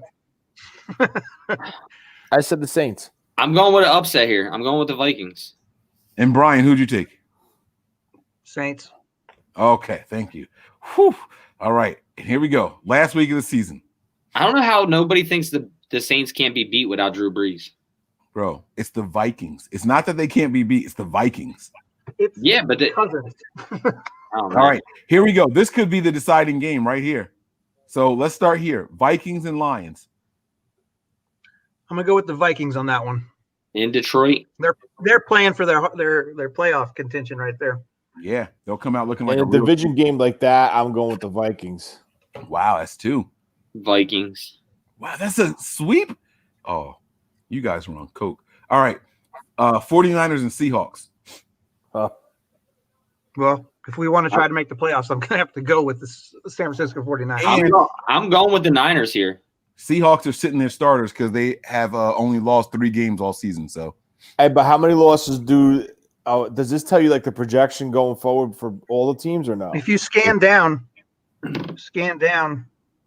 it should give us like an idea. no, it's not. It's still at 8-10. It's 8-2. It's still the current. No, look at San Francisco. We're at projection to be 8-7 on there. 8-7. Yeah, if you look at San Francisco, you look down at the bottom, it says projection in that second column. Okay. See, but look, all right. So the Saints are 9-2 projection. And what Like is I've never done this Seattle? with just picking out certain games. I always do the whole thing. So How is Seattle still? Oh, because we haven't been picking Seattle. That's why. right, So it's only teams that we've been picking. right. Which would mean if you look at those numbers, like the way we can go back up and finish the rest of the picks, but you right, can look now at those numbers and Here's the So thing. funny how people think I'm being a homer. Like if we have most of our team back, I think we can compete with the. Here's the thing with this game. If this game decides on the 1 seed, because remember, there's only one seed. Yeah, And if it's between the Saints and Seattle, you're going to get Seattle's best game. that's true. And I think it's going to be too much for the Niners. That's very, very true. So who you picking, Tony? Say Seattle. Seattle. All right. I like it. But Nick, I'll go Nick and- Seattle if Jimmy's back, but I don't anticipate he's come back. So, I mean, San Francisco if Jimmy's back, but so I think Seattle takes that game. No. Okay. Here we go. Let's get rid of these hypotheticals. Jimmy Garoppolo is back. He's back for this game. Then I think we have a chance. I'll take San Francisco just to keep it going forward. All right, Nick. Who are you taking? I But already if told I'm you. being 100%, there's going to be quite a few more losses than what I'm saying. I'm taking the Niners here. Let's go, baby. That's right, Nick. It's not being a homer. I just think we can. They beat us once this year. I think I'd say we split them. Being a homer. All right, we got Saints and Panthers, guys. No Drew Brees. Saints sit their players. Carolina wins. Saints don't have anything to lose, I don't think, at this point. Who you taking, Tony?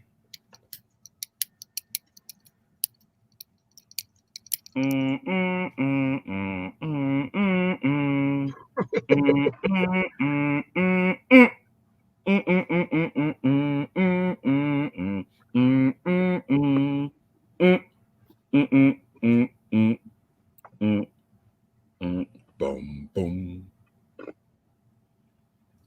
Damn, you still don't know? Is Tony frozen? Is he still? I can't see the screen. No, he's not frozen. Tony, who you taking? I said the Panthers. I never heard him say a word. I never heard you say a word either. All right, that's 2 for the Panthers. We already did the Vikings and Lions. All right, Bears and Packers. Tony, go first. Bears and Packers. Who's home? It doesn't matter. They're both. I'm going Packers. Nick. Packers. Yep. All right, now what do I do, Ryan? Well, because we didn't pick all of the teams, we're going to have to go down and just look at the numbers. So obviously, with the way we have it with current standings, Philadelphia is going to win the East. Green Bay will win the North. New Orleans and Tampa, and then St. Louis and Seattle, or St. Louis, Los Angeles and Seattle. And then we are sitting at 9-7 with our projection. So if you look at the teams that we were in the hunt with, Carolina, we project them to be 8-8. We beat them out. Minnesota and Chicago are both at 7-9. We beat those guys. So yeah, we would be in. We'd be the 7th seed. But to be fair, if I'm being 100%, with Nick Mullins, we're not beating Buffalo. I don't know. No, I don't know that for sure. I don't know that for sure either. I don't know that for sure, man. Well, none of us know any of this for sure. No. I know. You better hope Trent Williams is back because Nick Mullins is gonna be on his ass. Exactly. Over there. Right, and Kittle's out, so there goes your blocking partner. So that's going to be solely just Juice over there trying to help School. I wish you guys knew how shocked I was right now. That wait. You guys are not going to believe this, guys. What? I swear to God. Okay, maybe I drink too much. Watch this. I'm going to do a screen share. Watch this. You guys are not going to believe this. Can you see my screen? Not yet. Yeah, now we can. Yeah. Okay, you see this, right? 7 seed. Watch this. 8, 9, 10, 11. What the hell just happened? I swear to God, we were 8 when we did this. We did. What just changed? I don't know. Hit refresh. See if you get a. What just happened? I'll refresh. Well, I mean, you're tied. You're tied with those with 9, 10, and. No, but the Bears were the 7, right? Or hold on, let's see. I don't know how do we go from 8 to 11 just like that? Reality setting. 7. There's 8. There's 8. They got it. Yep. What just happened? But it's the same team. So I mean, if you look at what we're projecting as potential win percentages, yeah, because the Bears are 5-5 because they were on a bye. They had their bye this week. But what I'm saying is, this is not how it looked when we started this. Actually, I wouldn't have wasted our time. We just did like 30 minutes. Right. Yeah, but we're still one game out of 2 games out of. Oh, you know what they did? I know what they did. They eliminated ties because 9, 10, and 11 were all considered 8 before. Right. They took out the ties. They did it strength of schedule or something. Yeah. Because there was 3 teams that were marked as 8 before. But we were 8 though. I don't know what happened. Did they just update it? Somebody said before it was ranked by record, the Eagles were not on there. But I can't change the rankings. All I did was click. Oh, maybe because under standings, you're under. Oh, I don't know. No, I've been under playoff picture. Huh. I don't know. What the hell? What just happened here? Man, we wasted mad. I'm going home. I'm going home. That should take you real long to do that. I can't believe we just did all that. Camera. We still didn't do it for wrong reasons. I mean, it was still the same teams, and it was still, you're still tied for that 9th seed instead of 8. Did we read this comment? No, it popped up while you were looking at why it flipped out like that. I'm sorry, guys. All right, the comment says, "Oh, this doesn't do the side-by-side thing, huh?" Nope. All right. It says, "I love y'all so much. Just like me, I'd be picking the Niners in the casino even if they were 0-15. Definitely Super Bowl champs on the road. Playing defending Super Bowl champs. What? It says if they were 0-15 playing a defending Super Bowl champs on the road. Oh, okay. All right, I got it. Record. Wait, players, record. We need neither. We the Niners. 1 in a million. There's still a chance. Jesus. Yeah, So man. you're saying Sean, there's a chance. but there is a chance. Now, I'll be honest with you guys. 11 versus 8 is a very, very big difference. But it's not really 11. It's not. Yeah, everybody's tied for 8th place basically. Those 4 teams are tied for 8th place. No, because tiebreakers matter. And they will, and it'll change once the season progresses. Teams will lose and teams will win. Whether it's us or not, we have yet to see. But those numbers will change, and then it'll be based off of strength of schedule. Yeah, they're technically. I think it changed up to by divisional wins and things like that because technically they've all played 10 games. The 8 seed is 5-5, so they have one better record, one game better than us, and then 9, 10, and 11 were all 4-6. And we're still not far out of this thing. Like, if the Niners win this week, right? And I'm not saying that we're gonna. In fact, I'll be honest with you, I don't think we're gonna. But if the Niners were to win this week and the Vikings and Lions lose, the Bears are on a bye. The Niners are 5-6. The Bears are 5-5. And all of a sudden, we are the 9 seed. Weren't the Bears on a bye this week? No, week 11, the Bears are on a bye. Yeah, we're going into week 12.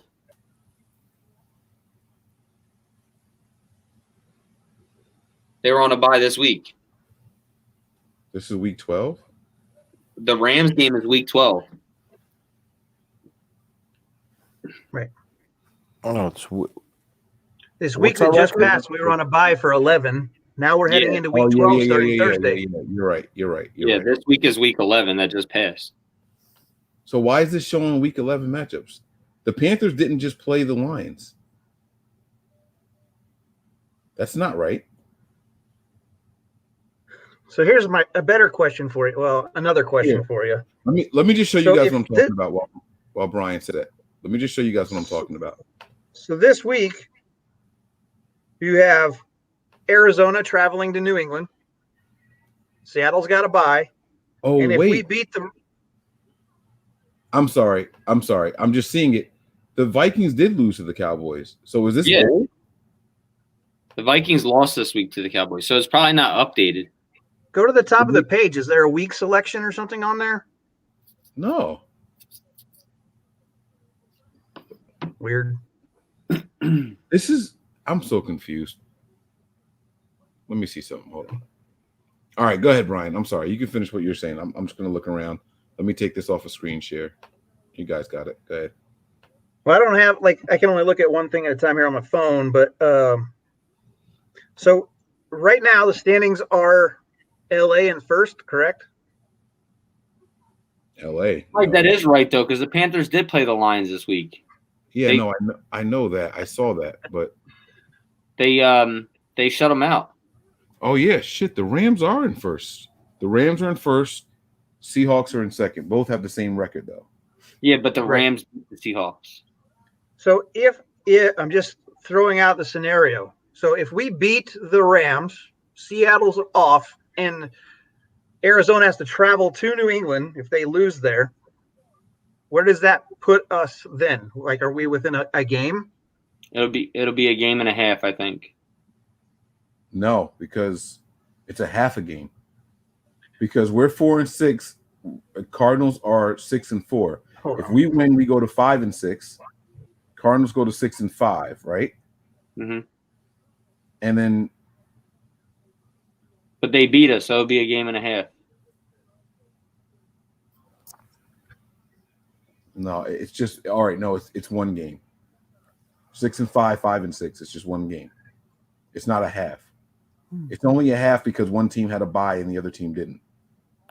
But we just had our bye. So if we beat the Rams and Arizona loses, Arizona will be at 7-4. Seahawks will still be at 7-3. And then Arizona will be at 6-5. 6-4. 6-5 if they lose to us, and then we'll be at 5-6. So we're only one game back from taking over Arizona if they lose. Right. And Arizona loses, they fall to 6-5. Right. and 49ers, if we win, go to 5-6. Correct.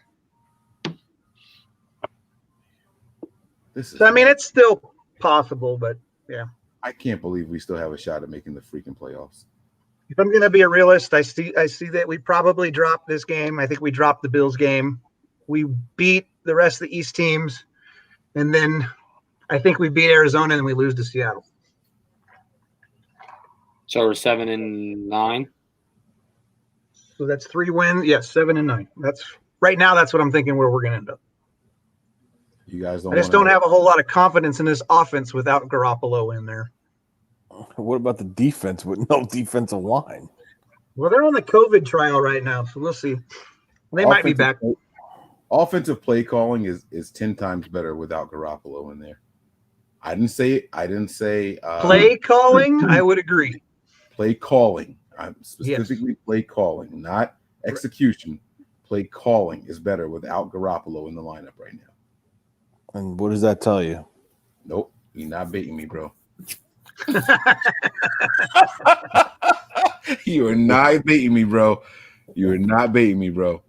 It's Tony nuts. trying to be the masturbator. Oh!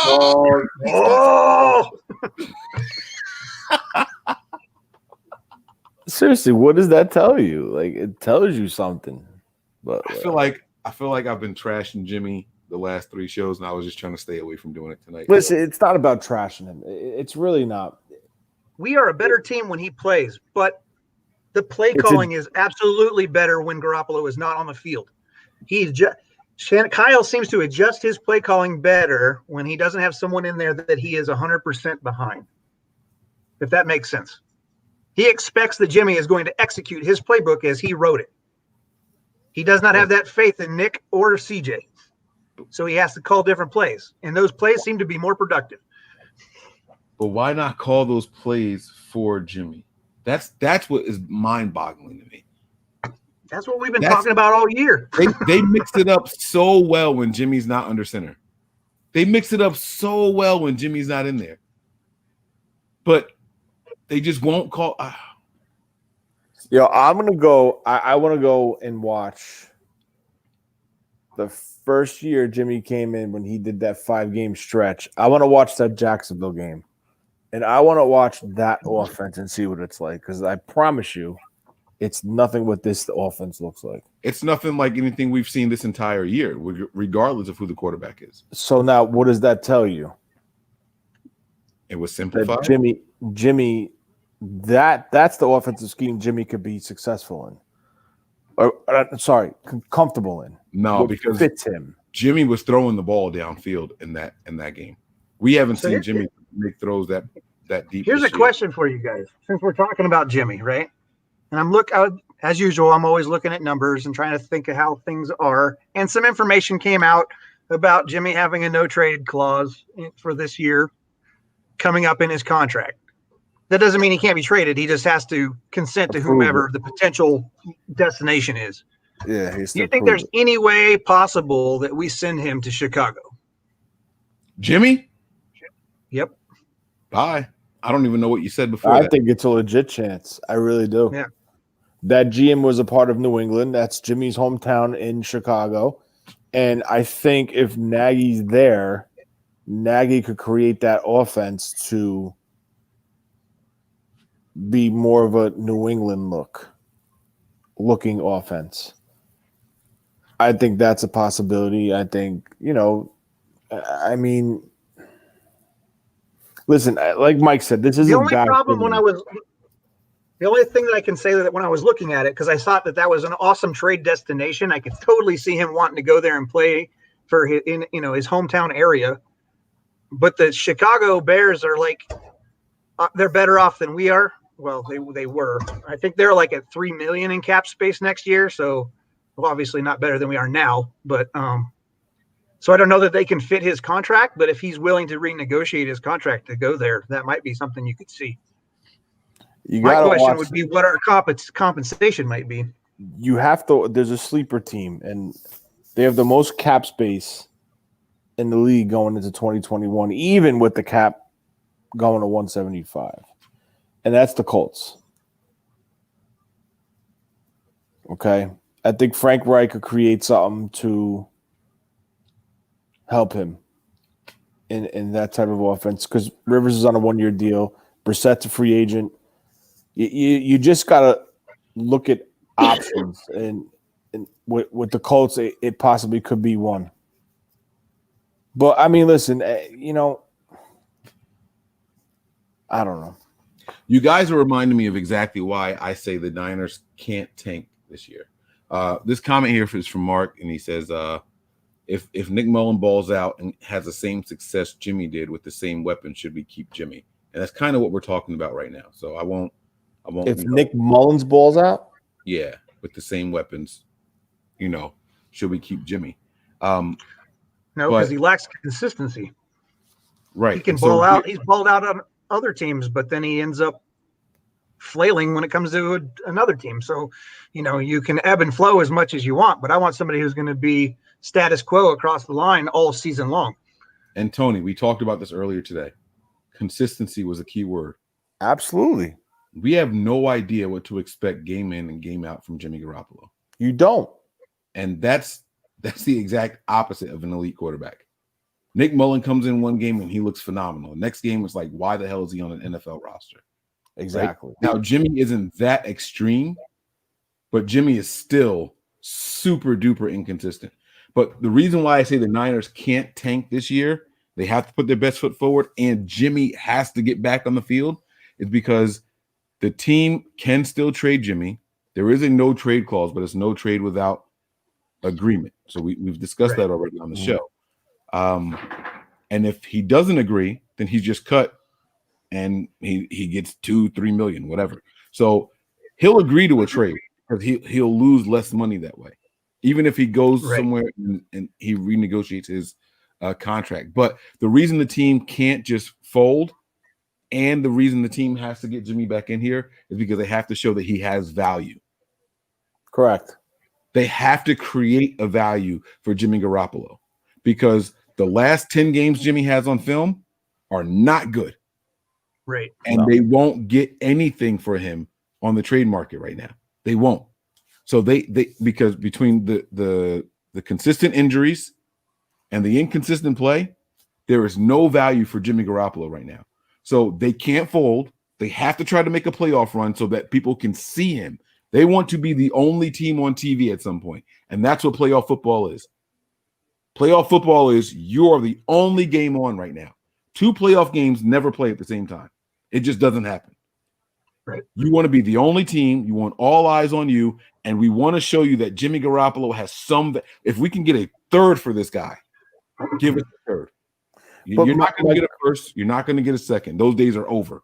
My question, my thinking is, okay, let's look at what he did versus the Rams, right?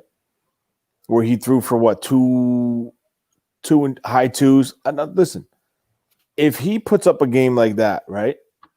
You don't think executives in the front offices and coordinators and coaches are going to sit there and break that film down and say the ball traveled more than 5 yards twice in that game? Okay. Yes, they will. That's why I was shaking my head no, because I was like, that's a misconceiving. That's what I'm saying. But listen, where there's smoke, there's fire. So it's like you can only sell so much of it.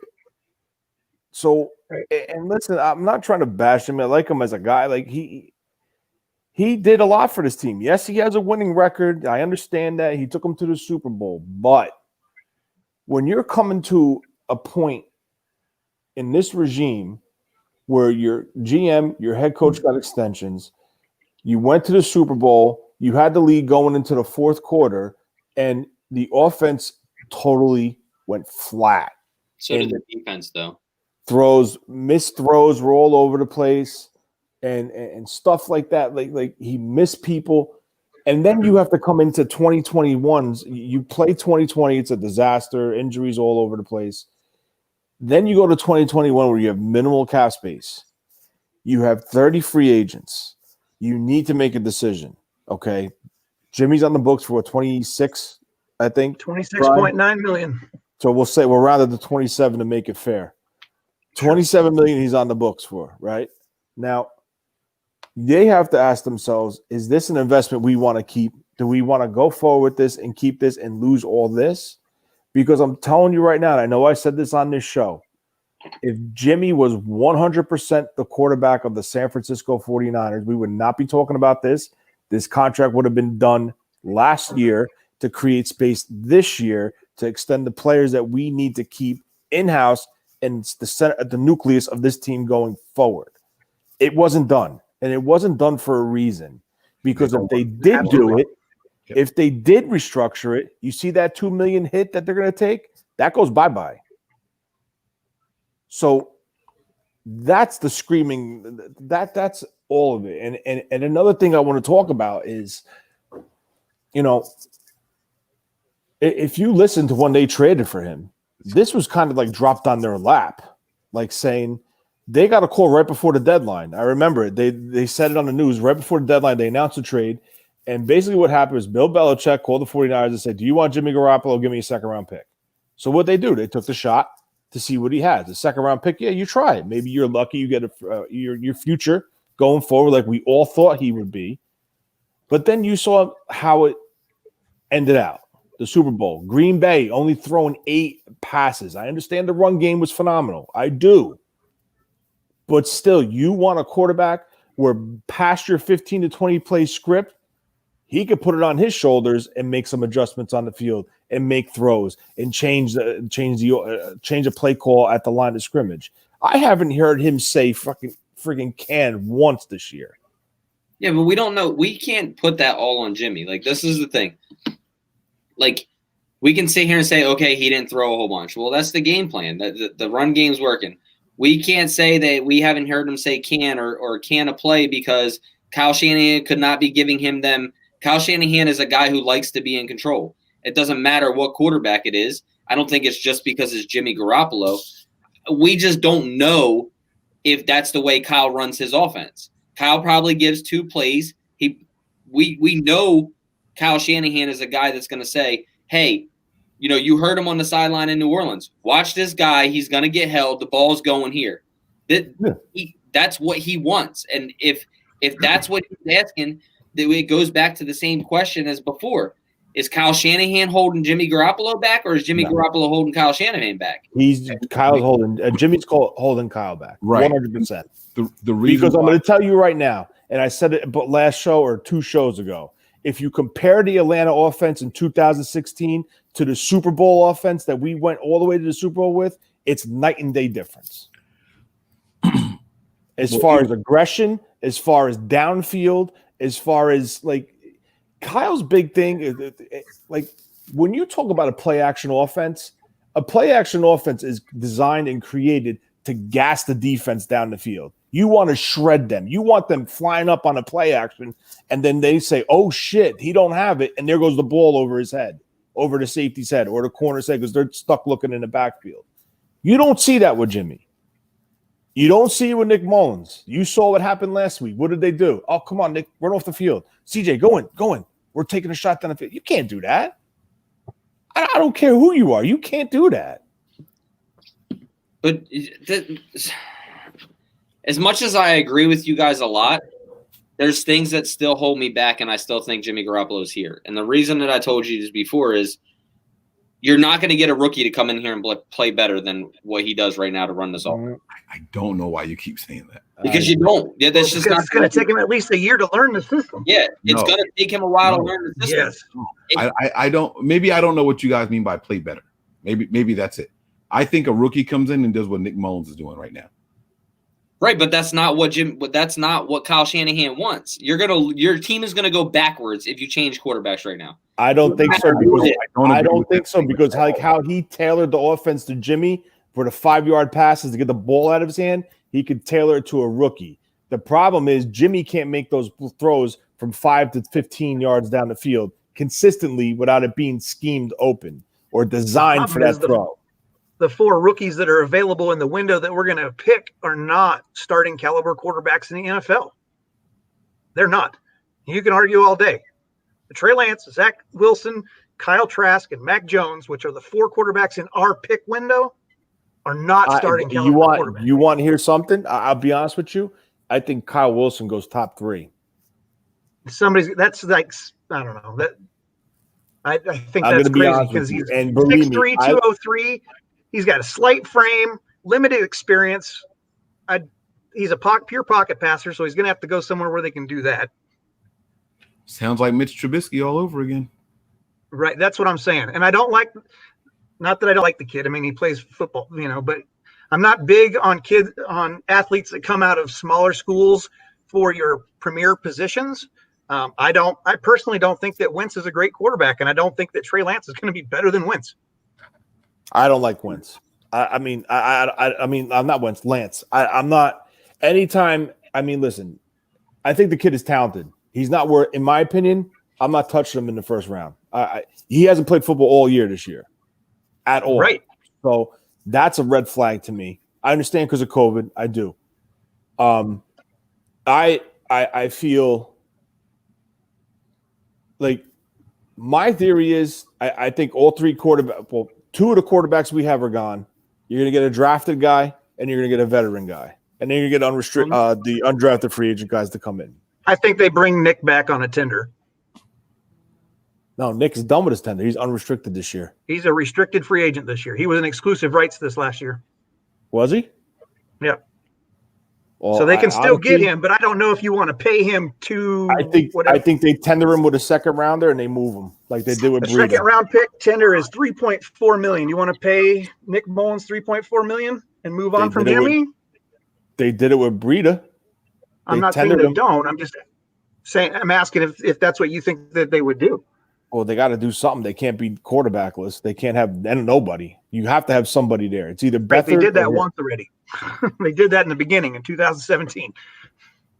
So, you could talk about like someone that I like, and I know people are saying like, he's not athletic. He's this. He's only a first year starter. If you watch Florida, I've never seen ball placement like that in my life. Kyle Trask has a tendency to put the ball in one spot where his wide receiver can get it. Listen, yeah, he has a couple bad throws every now and then. I understand that he's not perfect, but you're talking about production at the SEC level, ball placement. He's been averaging 4 touchdowns a game. I pulled up his numbers when I was making the slideshow that I want to give you guys later. Mm-hmm. He's got 10 interceptions over the last 3 years and 56 touchdowns. His only downside is his limited mobility. Listen, man, if you watch, so if we can get past that, which Kyle doesn't use it anyway. They played Vanderbilt last week, right? He spun out of the pocket and rolled and made a throw that I was just like, holy shit. He put it, the guy was running to the back pylon. He put the ball over the defender's head, and literally, if that receiver wasn't there, it was hitting the pylon. But you're forgetting one thing, man. The college level throwing the ball is totally different than the NFL level. It's not. Nick, the SEC is a step below NFL talent. Bro, but the game is totally different. The reason so let me pose a different question then. Okay. If we're going to talk about potential quarterbacks coming in, if you don't go through the rookie route or through the drafting process, and you want to look at who's available on contracts right now or who's going to be available come 2021, there's really only 2 quarterbacks that are even worthy of looking at. And one's got a jacked up ankle. That's Dak, and he's going to stay in Dallas anyway. The only other one is Kyle Allen. So unless you want to bring Kyle Allen in. Well, wait. So, Nick, you think that what they're doing in the SEC is different than what they do in the NFL? How? Because the offenses are totally different. We're talking offenses in the college level that throw the football everywhere. That's just what college does. You get guys that come to the league and they can't do shit. I don't understand. I can give you 3 starting quarterbacks that tore it up in college level and done shit in the NFL. Yeah, but I don't understand the comparisons you're making between offenses in the NFL and offenses in college.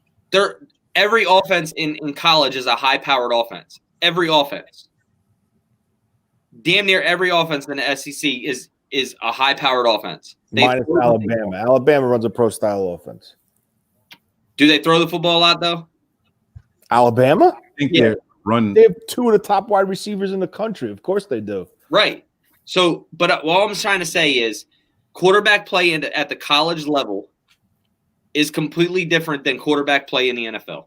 But how? You're saying it, but I'm asking how. Offenses, they're spread offenses, most of them. They just throw the football. There's no concept to it whatsoever. College football. Nick, do you realize the Arizona Cardinals passed on Nick Bosa to pair Kyler Murray runs a college offense. Okay, so you're saying there's no NFL. The majority of these NFL offenses doing have pretty good with it. concept to it. They're adding college concepts to their offense because the quarterbacks aren't made to fit a pro style offense. So Right. these guys I'll agree with transition. you on that, Tony, but I'm not going to agree that a majority of them are. You have a handful of NFL teams that are college based offenses. You can't say majority. I agree with what you're saying, right? You hear all the time that college windows are much bigger than NFL windows, right? But we're not talking about NFL windows and college windows. We're talking about Kyle Shanahan's windows. Kyle Shanahan windows are open. These guys on Shanahan's team get college open here. Right, but there's also what I'm just trying to say, you're taking a guy in Kyle Shanahan's system which is very complex, coming from a system that's not complex at all. This whole complexity thing is so blown out of proportion. It doesn't make any sense. The way people talk about Kyle Shanahan's system, it's he either has to have been in Shanahan's system before or he can't do it here. That's not reality. I'm not saying that. I've never once said that. I know you're not saying that, but that's how people talk about Shanahan's system. It's he has to be someone who was in the system before or he can never do it again. Because you hear players say it all the time, and that's why. Players say how complex it is. There's going to be a new guy in Shanahan's system at some point. We got to stop acting like it has to be someone who's done it. You're right, but it's not a guy that's being thrown into the fire. That's what I'm trying to say. But what I'm saying is if Shanahan is as controlling as you say he was earlier in the show, where it's 3-step drop and throw here, any quarterback can do that that's worth their weight in salt. If Shanahan is such a control freak, like you were suggesting earlier, then the rest of the system doesn't matter. What Shanahan needs to happen, it is a complex system because every piece means something. All 11 guys do something. All we need is the quarterback to do his job. The quarterback shouldn't worry about what the wide receiver is doing. If it's 3-step drops and throw it to the 55-yard line on the outside hash, then that's what the quarterback has to do. He doesn't have to worry about what the tackle's doing and what the tight end is doing and all that. And the way Trask is throwing the ball in college, those windows are the exact same in a Shanahan system because Shanahan gets guys open. As soon as they make that cut, deliver the ball, and there's no one within that tight end for 5 yards around him. Those are throws that college quarterbacks are making regularly, and they can do that in Shanahan's system. I don't see anything that specifically with Florida, the guy that Tony was talking about, Kyle Trask, I don't see anything that Kyle Trask is doing in college that he cannot do in a Shanahan system, not in the NFL. There's one thing I would like to see him do a little more is under center. That's the only thing I would like to see because they're not that much under center. But as far as throwing mechanics and ball placement, I mean, I don't know, man. But that's the thing. I don't know, man. And Trask was my pick out of those 4 that I named off that are in our window to pick. That's the best one.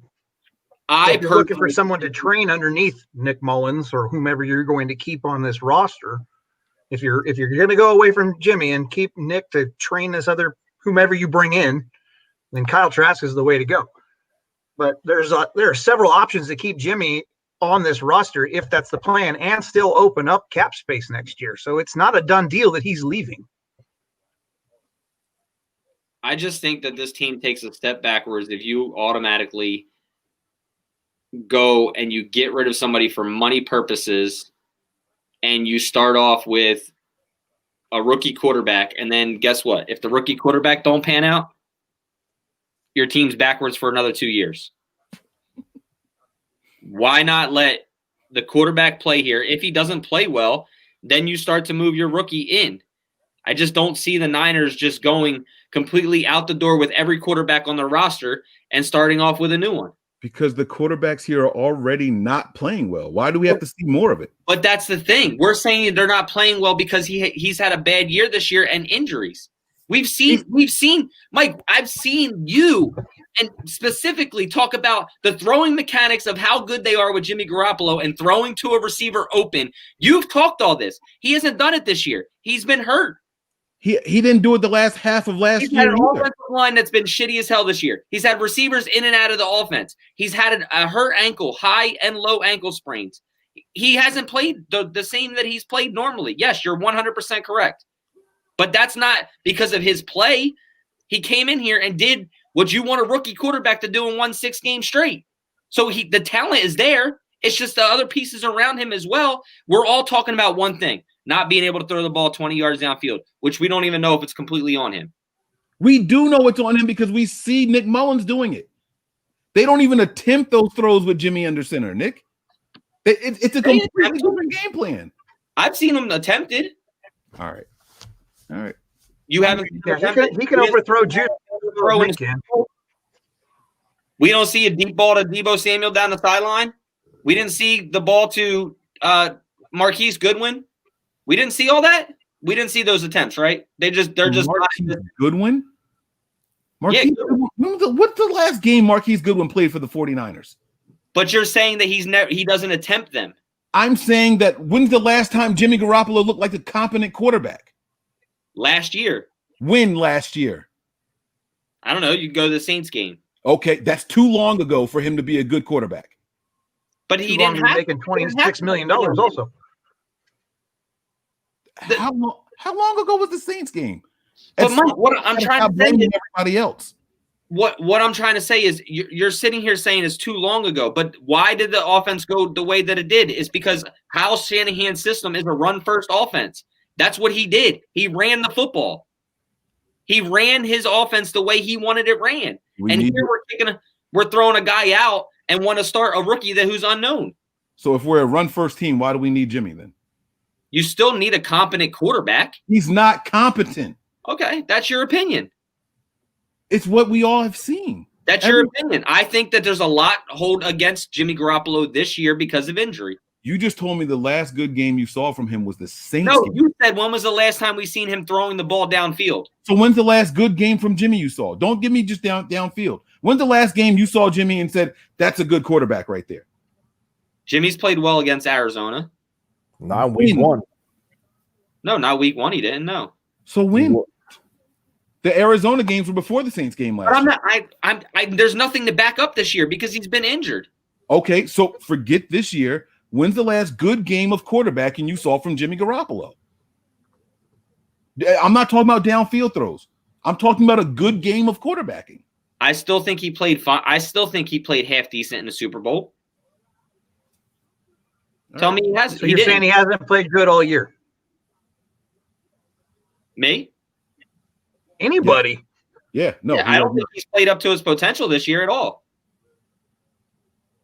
I've seen a lot plays better last year. Last year, he was a competent quarterback to run this football team. We argued that on our show when people were bashing him in the national media. All of us stuck up for Jimmy last year. Now, all of a sudden, we're not sticking up for him because after a certain point, we can sit here and try to say, we kept running it against the Vikings because it was working. They didn't stop it. We can say that. We can say we kept running against the Packers because it was working. They didn't stop it. But then the Super Bowl happens. Well, it was his first deep pass. That's why he overthrew Emmanuel Sanders. Then week 1 against the Cardinals come. Well, he was a little out of sorts, and the Cardinals caught us off guard. Then he wins a game, but it's really on the run game again. And then we lose the next game, right? And we're back and forth. And then when Jimmy finally has a good first half against the Rams, it's 193 yards and 3 touchdowns. We realize that it was really just handoff to the wide receivers that went this way instead of underhand, so they count as passing yards. At some point, you got to stop looking at the duck and calling it a swan. Jimmy's a duck. He's a duck. At some point, the excuses have to stop. I was like you said, I was on the Jimmy. No, he's okay. He's gonna be all right. Jimmy's gonna have an MVP season. He's gonna heal up. You honestly think that his injury and things have not held him back this year? The lack of offense, players, The injury, none of that has held him back this year. You yell at me every time I give a player an excuse of injury. If you're on the field, you're supposed to be the best option, right? That's what you yell at me for that when I do that because I'm hard on everybody. How many games has Jimmy Garoppolo played in this year? I don't know. What are we at? We're at week 10 now. So what did he play? 6 games? We had 2 starts from Nick Mullins and one start from CJ. I think we had 3 starts from Mullins. So 5-6 games from Jimmy? Yeah. He played versus Arizona. The Jets. And he went out in New York, right? He got hurt versus the Jets. He missed. And he was out 3 weeks. Then he came back, got hurt again. I don't know. And the offense has been a complete revolving door. No parts on it either at all to help quarterback out. Right. But so back to my original question before we went all crazy with Garoppolo bullshit again was how do we replace him? So if you're going to choose from the draft window, those are the 4 quarterbacks that are in our first round window to pick. But I wouldn't pick any of those guys in the first round. You know they'll go, but I wouldn't put them there. So who do you think we replace him with, or are we just going to let it all sit on Nick Mullins' shoulders? No, you have to. I mean, I know you probably don't have him evaluated and graded as in your theory as a first round player, but you have to. If you want one of those guys, you have to take him in the first round. And that's the issue. But right, so if you're the GM, Tony, you got Trey Lance, you got Zach Wilson, Kyle Trask, and Mac Jones sitting there waiting for you at pick 11, 12, 14, wherever we're at. Who do you take? You don't have to move. They're sitting there. All those guys are sitting at 11. Right, because Fields and Taylor Lawrence will be gone, right? Mm-hmm. Top 5 picks right there. Those guys are gone. One of those 4 that I named initially are probably gone. But if you had those 4 guys and you don't have to move anywhere, which of those 4 guys are you going to take? Ooh. Or before you have to make that decision, do you go and look for a trade partner to get like a Dwayne Haskins or Sam Darnold? Dwayne Haskins, a Daniel Jones. I don't want Daniel Jones because he fumbles way too much. Well, I'm just throwing out options of I know. By the way, they're all quarterbacks that did hella good in college. Do you try to get Houston to give up Deshaun? No. They'd be stupid to give up Deshaun. I honestly though I don't think they're even thinking about moving him. I think anybody else on that team is expendable except for him. Or do you think Kyle goes and Reese does Jimmy's contract so he plays for $3 million next year and gives him a shit ton of signing bonuses for later in the contract and do an extension on him? This is what's going to happen. If they want to keep Jimmy, they have to tell Jimmy to take a pay cut. And the minute you tell a starting NFL quarterback to take a pay cut, it's done. The marriage is done. So he's going to want to trade. That's what you're dealing with here. Okay, it's not as simple as we'll redo this. No, you need 2 sides.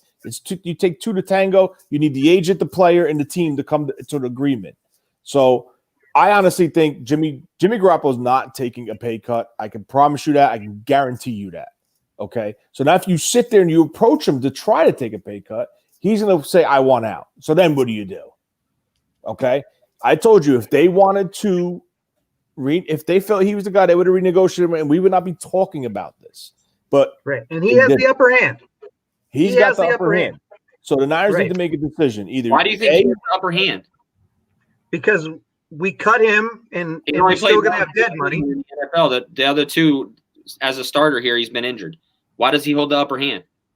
He holds the upper hand because of his current contract situation. $27 million, and he's not taking a pay cut. So if you ask him to take a pay cut, he's going to want out. So he controls the 49ers technically to a point where if the 49ers just keep their mouth shut and they decide post June 1st or post April 1st, whatever the date is in that contract, to say we're waiving you, here's $2 million on our cap, we free up 26 or 24.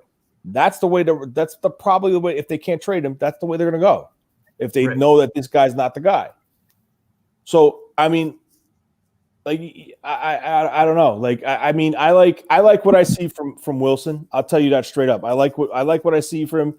He makes the throws that's similar to Kyle's offense. He worked with a quarterback in the offseason named John Beck, who played under Kyle Shanahan in Washington and who was an ex-BYU quarterback. So I think he could make that transition into Kyle's system. Some of the reads and some of the schemes in BYU's offense is similar to Kyle's. I see more of a Chiefs attack, but I like Trask. I think Mac Jones is a sleeper. I'm not big on Trey Lance, but I mean, it's tough. The only really thing that's holding me back with Wilson is he plays at BYU. He's not playing big competition. Yeah. The only thing I see as a downside for Wilson is his frame. That's it. He's a 6'3", and 203 at 6'3" is super light to be taking hits from Aaron Donald and and all these other guys that we have in the NFL, right? Correct. Like everybody was blowing him up. Look at Zach Wilson, quarterback of the future of the 49ers. He was playing Northern Alabama. Sure. You can't bank your future on the 49ers off of a highlight film versus North Alabama. Absolutely. What you have to do is you have to take down slide by slide and break down his mechanics, his footwork, his throws, his vision, how he progresses from his read to read to read. And I'll tell you that he does that good. He does go from read to read to read pretty good because I watched him and you see the stripe moving on his helmet. So he is reading a defense. Now, I just feel the Niners are going to draft somebody. I don't know who it is. Obviously, we all don't know who it is. They're going to draft somebody. They're going to bring in a veteran free agent, and they're going to keep one of the young guys that we have on this roster right now if they decide to move on from Jimmy. That's what I think is going to happen. And you're going to see a similar transition the way what we saw with Tua in Miami, even though he had a little lousy game last week, and the way what the Chargers did, how they brought Taylor in to be the starting quarterback to lead, transition to Herbert, whatever his name is. Herbert. So he went down with the lung issue. Herbert stepped in and just took off. And now you don't hear nothing about Taylor. So that's the kind of transition I think Kyle's going to do. He's going to draft this guy, and he's going to transition, Under who? Mullins? I don't know, man. And I'll tell you this. We could get into this. And I'll tell you right now, I listened to an interview on KMBR, and was it Barrows? One of them. They made a very good point. If the Washington football team moves on from Alex Smith, what better veteran would you want a young quarterback learning under? I don't want Alex Mike. Smith. I don't want Alex Smith, that's for sure. Well, who are you going to take, Nick? That's what we're trying. That's what I'm saying. We need to let's talk about that. If you're going to go that road, someone like an Alex Smith, you could bring in someone like a Matt Schaub as a veteran who knows Kyle's offense. He was already here. We already tried that. Schaub was not a 49er. Which Houston quarterback was 49er? No, Schaub didn't make it. They wanted Hoyer? They selected Hoyer over Schaub. Hoyer. But Schaub was on this team. No, he wasn't. He went through training camp here and preseason. Matt Schaub was not a 49er. I do not remember that ever happening. It was Matt Barkley. Barkley was here. Hoyer was here. Barkley was here. And then they have to bring in a veteran of that type. Christian Ponder was here. Right. Yeah. Christian Ponder. I think that was under Chip Kelly, though. Yes. Christian Ponder. But I'm not 100% saying Alex Smith, but you need that type of presence. You need a veteran that's going to help this guy. You don't want a guy that's going to come in. Huh? You don't want a guy. You don't want let's just say you don't want to bring in what was the Rams quarterback's name that had the big eyes? It was Sam something. Sam, not Darnold. The guy who played Bradford. Sam Bradford.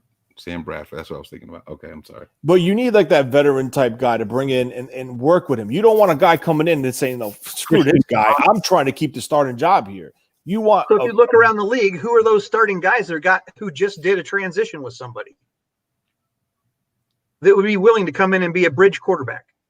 I mean, you look around the league at who's available, and who are those people? I don't know. I don't have the free agent list, but I know definitely what's his name's a free agent. I just said his fucking name. Jesus Christ. Not Stafford. Who's the quarterback I just said? I just totally lost my mind. The kid from the Texans. Watson? No. The one you Sam said Bradford? you swore was the one you said you swore was on the Niners. Schaub. Yeah. You I know he's a free agent, so that's someone you could potentially look at. So Wait, I mean Fitzpatrick. Von Miller's a free agent next year? no. Who said that? Spot rack? Yeah, I think he is a free agent next year. Holy shit. Are you kidding me? But you guys know that everybody who's I'm a free agent next year is going to have to take a 1 year minimal deal to get on a team. Yeah. I mean, yeah, and even if they let's just say even if they do bring in someone like an Alex Smith, he doesn't necessarily have to start. They could stick with Nick Mullins or even CJ and let him start and just have that veteran presence in that room with them working with these guys. So, I mean, I don't know. It is what it is. Like they have a plan. Don't think these guys don't have a plan. They're working on this right now. I'm 99% sure they already have their decision on what they're going to do going forward. What the fuck is going on right now? Don't worry. I'm giving you guys the free agent list here of quarterbacks. That's what I was looking up. Available. Good. Cool. So you got I hear you guys talking. I'm trying to. You got Fitz. You got Andy Dalton. You start with Rivers, huh? Well, you're not going to get Prescott, and I don't think Phillip Rivers not coming back. He's not going to come back to California and pay these taxes. No, I think Phillip Rivers is going to retire because allegedly he's got like a big high school job lined up in either Texas or California, one or the other. Cam Newton's on there. I don't want him, but I mean, Barkley's a name on there potentially. RG3 is available. Familiarity, Nick. Somebody who knows the system. Get the freak out of here. Let's just go with Geno Smith and call it a day. Hey, we could bring back Hoyer. This list is horrible. Yeah, it really is. That's why it's either going to be a trade. They're going to go after, the Darnold or they're just going to keep Jimmy Garoppolo. Right, but they're going to have to get his price made down. The decision. The Niners are keeping Jimmy Garoppolo. That's it. I'm not saying. I'm just saying. I don't see this team moving on from him. Okay. Well, I can totally see them doing an extension, but it's going to be an extension where the 2021 salary is going to be as minimal as they can make it. That is acceptable for him and his agent, because that's the only way it's going to work is to open up that cap space. Because, I mean, you got 30 free agents realistically. I mean, to make yourself competitive, right? Because I think we have 36 players under contract. So if you're looking at a 53-man roster, that's almost 17 players you're going to have to sign. Like, you have to sign because you can't just go into a game with 36 players. Oh my God. So how do you do that? Well, you can cut gold, right? Yeah, but you also got to look at the guys that are stepping up this year. That could put out those guys are under contract. Those people, those young guys that are already stepping up are under contract. I'm talking about the 17 positions they have to fill. But the people behind them aren't going to be making millions of dollars like the guys that are now that they're going to let go. Sure. So, but they're going to more than likely, you're going to have to bring back Juice. That's $5 million probably that you're going to have to spend, right? No, you're right. So right, that the only way I can see them making up room is for Jimmy to restructure his contract or get cut. That's one, because he's the one with the largest contract. You can have D Ford retire, but you're going to take a huge cap hit in the beginning and not have cap space unless you do a post 6-1. But if you do post 6-1, you don't have access to that money till then. So you can franchise tag Trent Williams, but then don't let him sign a fucking deal. You can't. Why? That was part of the restructure of his deal when they gave him the full cash. They waived the right to franchise him. Yeah. Well, I mean, then you can ask him to not sign with anybody until June 1st when you get money again, but that's about your only options. Because I was thinking you could have him sign or put a tag on him, but then have him wait until 6-1 to make the deal after you get your post 6-1 for Richburg and your post 6-1 for Ford. But if they cut them earlier, we still open up cap space. It's just not nearly as much because we take a shit ton of dead money. You know, that I think Richburg's like $8 million in dead cap, and D Ford's at like 9, 10, something like that. Well, he's supposed to make 20 something next year. So he's like 14 million.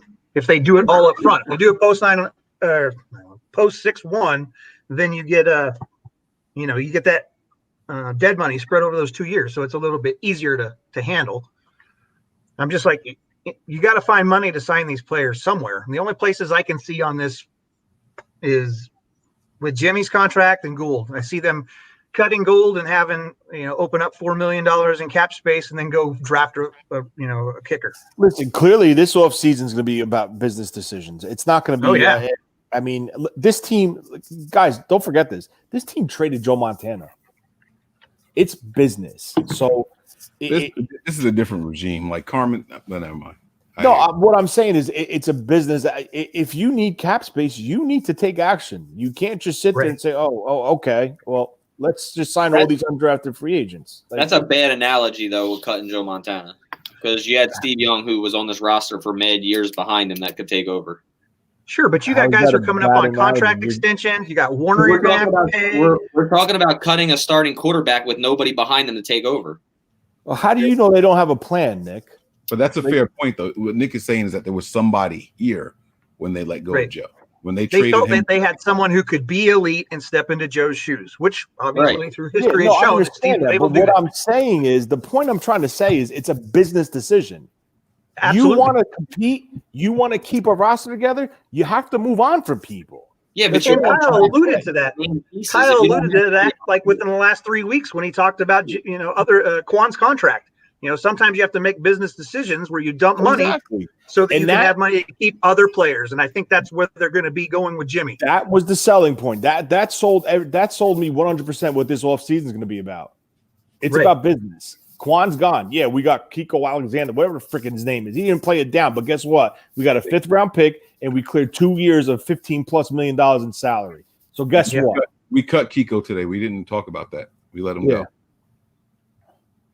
It's about business. That's it. Absolutely. That's all it comes down to.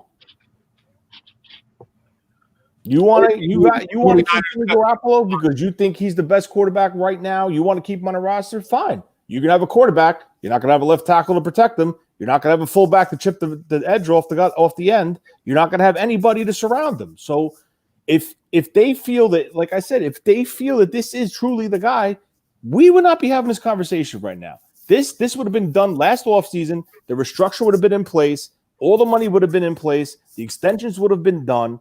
But it's not, and there's a specific reason why they didn't. Right, and that's also why 100% sold. Right, but I think that's also a reason why they're not, like, as many fans are out there that are saying it. They're not tanking, because if they don't get this shit figured out, next year's a wash. You can forget about next year because you're going to be signing everybody off the bench to fill all those spots. They got to figure it out. All the offense needs. Forget the offensive line. That's not important. Jimmy Garoppolo and George Kittle. Period. George Kittle's a wide receiver. He's a running back. He's an extension of the offensive line, and he's a tight end. That's 4-1 right there, baby. You don't need left tackle. So you're going to line up 4 tight ends in front of. That's right. 5 tight ends in front of the quarterback. He just hates that contract. That's all it comes down to. George Kittle does it all. That's it. All you need are 3 players for this team to be good. George Kittle, Jimmy Garoppolo, and Nick Bosa's back next year. Super Bowl, baby. That's it. That's it. Money? Psh, what?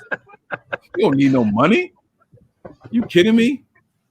You kidding me? We're ready, man. We're ready. This team is back next year, man. Wait and see. You'll see. You'll see. That's all we need. That's it. He got mugged, I see. So if you do go with that option to release Jimmy, say that he doesn't want to trade and you cut him, and you're down to you take the 2.8 million, but you open up like 17 million in cap space or whatever it is, 22 million in cap space. And you go and you get yourself a young rookie quarterback in the draft. Who do you bring in? That's what I really want you guys to think about and answer if you can. Who do you bring in to mentor this guy? Is it going to be re-signing Nick because he's he's familiarity with the system?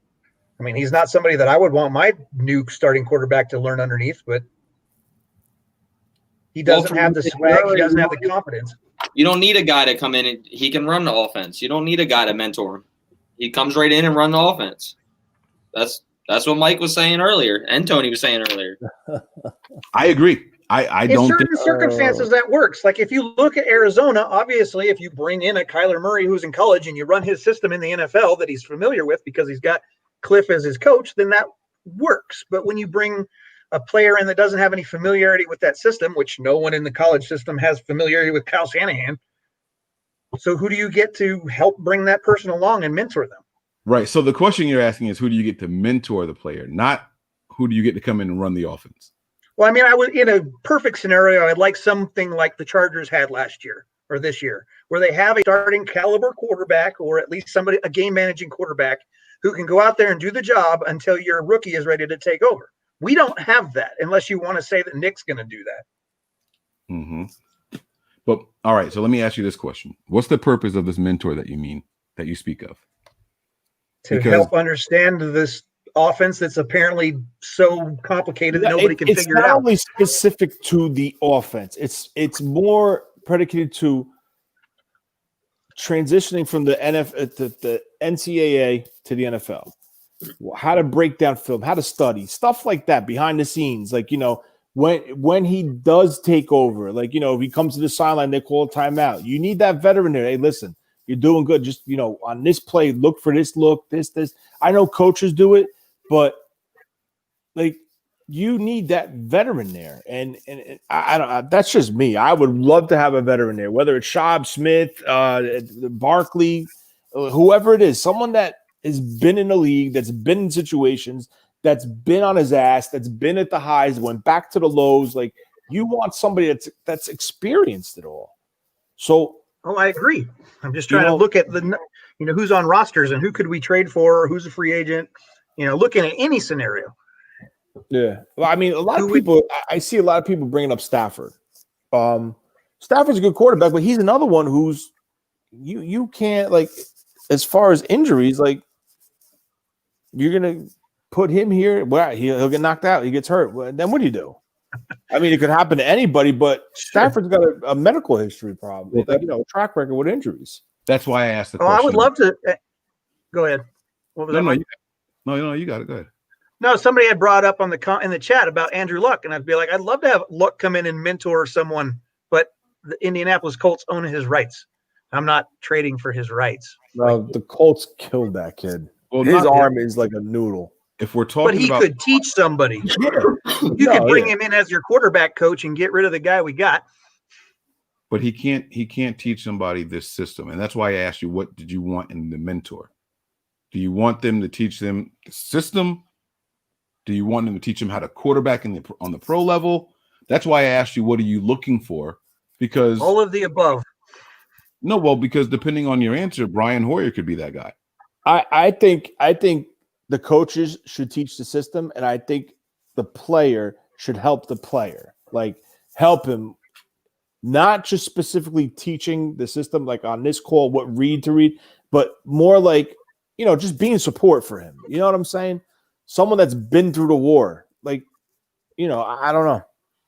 That's where I'm saying, like, you guys are talking about Brian Hoyer coming in. You think this team is better off with Brian Hoyer under the helm for? I never once said Brian Hoyer. No, I can't stand Brian. I'm speaking as to what names are being brought out here. Matt Shaw, right. Brian Hoyer. None of those guys are gonna be better than what Jimmy Garoppolo is right now. We've seen it. We've experienced the Brian Hoyer effect. We've experienced the CJ Beathard effect. We've experienced the Nick Mullins effect. None of those guys are going to be better than what Jimmy Garoppolo is right now. I'm not against drafting a good rookie. Not against it, 100%. But I think this team takes steps backwards if we cut Jimmy Garoppolo and start off with a rookie quarterback or bring in a guy to mentor to run this offense for a year and get the quarterback on the right page with the system and the coaches. I think that takes a step back. And then if the draft pick doesn't pan out, you're fucked. You're back another 2 years. All right, so let's say you keep Jimmy next year and he gets hurt and he's out all year. You're fucked, right? It's a chance you and take. You don't have any money to fix it. It's a chance you take. It shit happens. Do you know who Robert Griffin's backup quarterback was when he was a rookie in 2012? I do. Who? Kirk Cousins. Another rookie, right? And who was their mentor in the room with them? I don't remember. Grossman. Who? Rex Grossman. Rex Grossman. Was he? Had nothing to do with Shanahan. Yeah, but were those teams good? 2012, they made the playoffs, yes. But they weren't. But that was the year that Alfred Morris had a 1,700 yards rushing or something, right? Shanahan's a run-first offense, so we got Raheem Mostert here next year. But then that takes away exactly what we're doing right now. No, all right, never mind. I tap out. I need a break, coach. I'm tapping out. You're right. A break? Don't do that, Mike. Come on. Don't do what I'm just saying. Like, did you say You literally just said break, coach? 20 minutes ago that we need a guy who can throw the ball downfield, and we shouldn't just be basically worrying about running the football, because I said Jimmy Garoppolo is that guy. We run first. We can't hold that against him. Well, we can't throw the ball 15 yards down the field. Jimmy Garoppolo is holding Kyle Shanahan back. But that offense right there was a running quarterback and Rex Grossman, when Rex Grossman was playing, and a hell of a running game with Alfred Morris, who had 1,800 yards. Didn't play that year. Kyle Shanahan run a pistol offense with RG3 there, RPO and pistol offense, a zone read and pistol offense. He totally changed that offense because Robert Griffin III was forced on him by Dan Snyder. That's why they took Cousins, because that's the quarterback that they wanted in the third round, fourth round? The fourth round. Yeah, but wasn't Rex Grossman starting before that? And then they made Dan Snyder and then made them start RG3. No, I thought RG3 started right out of the gate, I think. Started right out the gate. I never saw Rex Grossman play a snap for them. I never saw it. Cousins was the backup. I never saw it. And I'm not looking this up. I can try to look it up, but I don't remember Rex Grossman starting for the Skins that year. But my point is, here we go. I got it. I'm just saying, Nick, you're talking about not taking a step back. And is there a scenario that you can see where we can open up cap space without taking a step backward? Because there's, like I said before, there's only a few ways you can open up cap space come next season to sign that many players. I'd have to sit down and look at all the numbers of what is on this team and what's not. Oh boy, look at this. I mean, I can't give you a definitive answer until I see all the numbers. People who threw passes for the Washington team that year were Robert Griffin, Kirk Cousins, and Josh Morgan, wide receiver. And Rex Grossman must have been the year before you then, yeah? Josh. Good old Josh. Right. I missed that guy. I haven't heard in a long time. He had a nasty injury. Oh, my God. I missed that guy. Yeah, all those injuries in Washington were nasty. I think his injury happened here. That's why we let him go. And then he went to Washington, right? Wasn't Josh Morgan's injury here?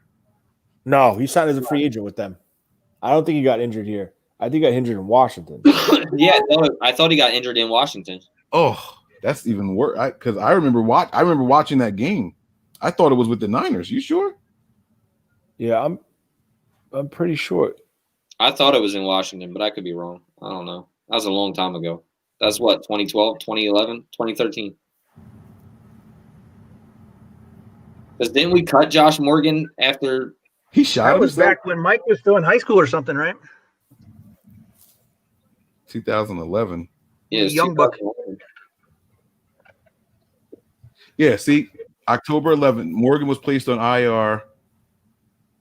list after a promising start to 2011 due to a broken bone in his right leg.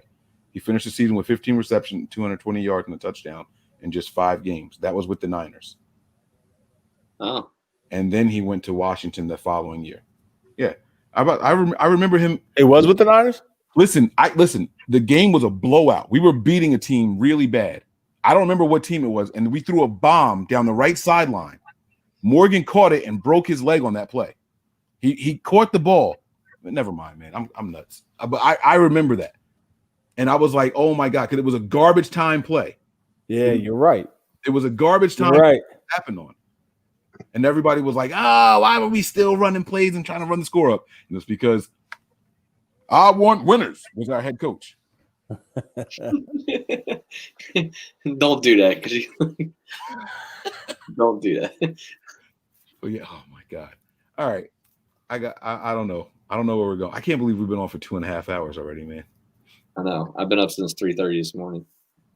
You guys are Time great. flies when you're having fun, Mike. I know. I enjoyed the show, man. I'm not gonna lie. I liked it, man. You guys it took a while, but it took a while to get the juices flowing, but then you guys got antsy. I like it, man. I like it. All right. Let me ask you guys a question and we're gonna get out of here. You ready? Hindsight is 2020. That's what they tell me. Which, by the way, 2020 is not perfect vision, but whatever. We'll argue about that another day. Hindsight. I don't want to hear anything with 2020 ever again. Well, this question, whether it's hindsight, whether it's year, I don't want to hear shit with 2020 ever again. Who's been the better left tackle this year or last year? Joe Staley or Trent Williams? I just want to get your guys' opinion on it. Not Who was a loaded the better left tackle last year? Was Joe Staley better than Trent Williams this year, or has Trent Williams been better than Joe Staley this year? I'm just asking your guys' opinion. I don't have a follow-up question or anything. I just want to know what you guys think. That's tough because Staley had a rough patch last year. Yeah, he did. But he came on strong at the end, though. No, I would agree. I think Staley probably overall. That's just eye test, not looking at play-by-play or anything like that or stats. Just eye test. Know, it's not fair. You guys know the answer Mike is looking for. Mike hates Trent Williams. So you know he's looking for. But Joe Staley's not coming back, so you got to plan for Trent Williams to be here next year. That's where you're going to have to go. You know that he hates Joe Staley, so that's why this is a question. I hate Joe Staley. He hates Trent Williams.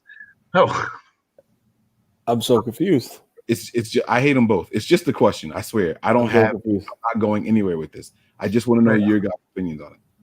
He's on. Mike's only concerned if we're talking about Kittle because he's an all-time tight end. No, because you can't throw McGlinchey in there either because McGlinchey does no wrong because Trent Williams is the worst. It's just gosh. What is going on? I can't. Never mind. Forget it. Let's go. Wrap it I'm up. going with a draw. Prepare for glory, anticipate pain. We out. Bye. See you. Out of here. Close it. I don't know what happened. It's all right. It's cool. Justin School, hands down. Oh, whew. Talk your shit, Tony. Yeah. The best right tackle would be Juice Check. Yeah. No, that's really a hard question because Joe Staley played horrible last year for like a 6 or 7 game span.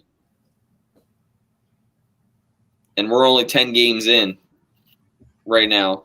And Trent Williams probably had 4 bad games. So I think it's a close right now. And Joe Staley was playing on injury. Well, we knew that Joe was leaving, so even if you don't like Trent, it was probably the best option that we had to replace Joe. So, I mean, like you said, it's hard to decide which one is better. I mean, from the eye test, I think Joe. But then, again, you talk about how many games he missed last year because of injury. You know, him and McGlinchey both missed several games last year, but Joe more so. You know, and Trent's only missed the 1 game this year, which he shouldn't have missed to begin with, right? Yeah, that's true. And don't forget, he's coming off a 1.5 year absence from playing football. Right. This is his first year back compared to Joe, who was consistently playing his whole tenure. I mean, he missed the season, but you know, he came right back and just picked up where he left off. Mm-hmm. It's tough.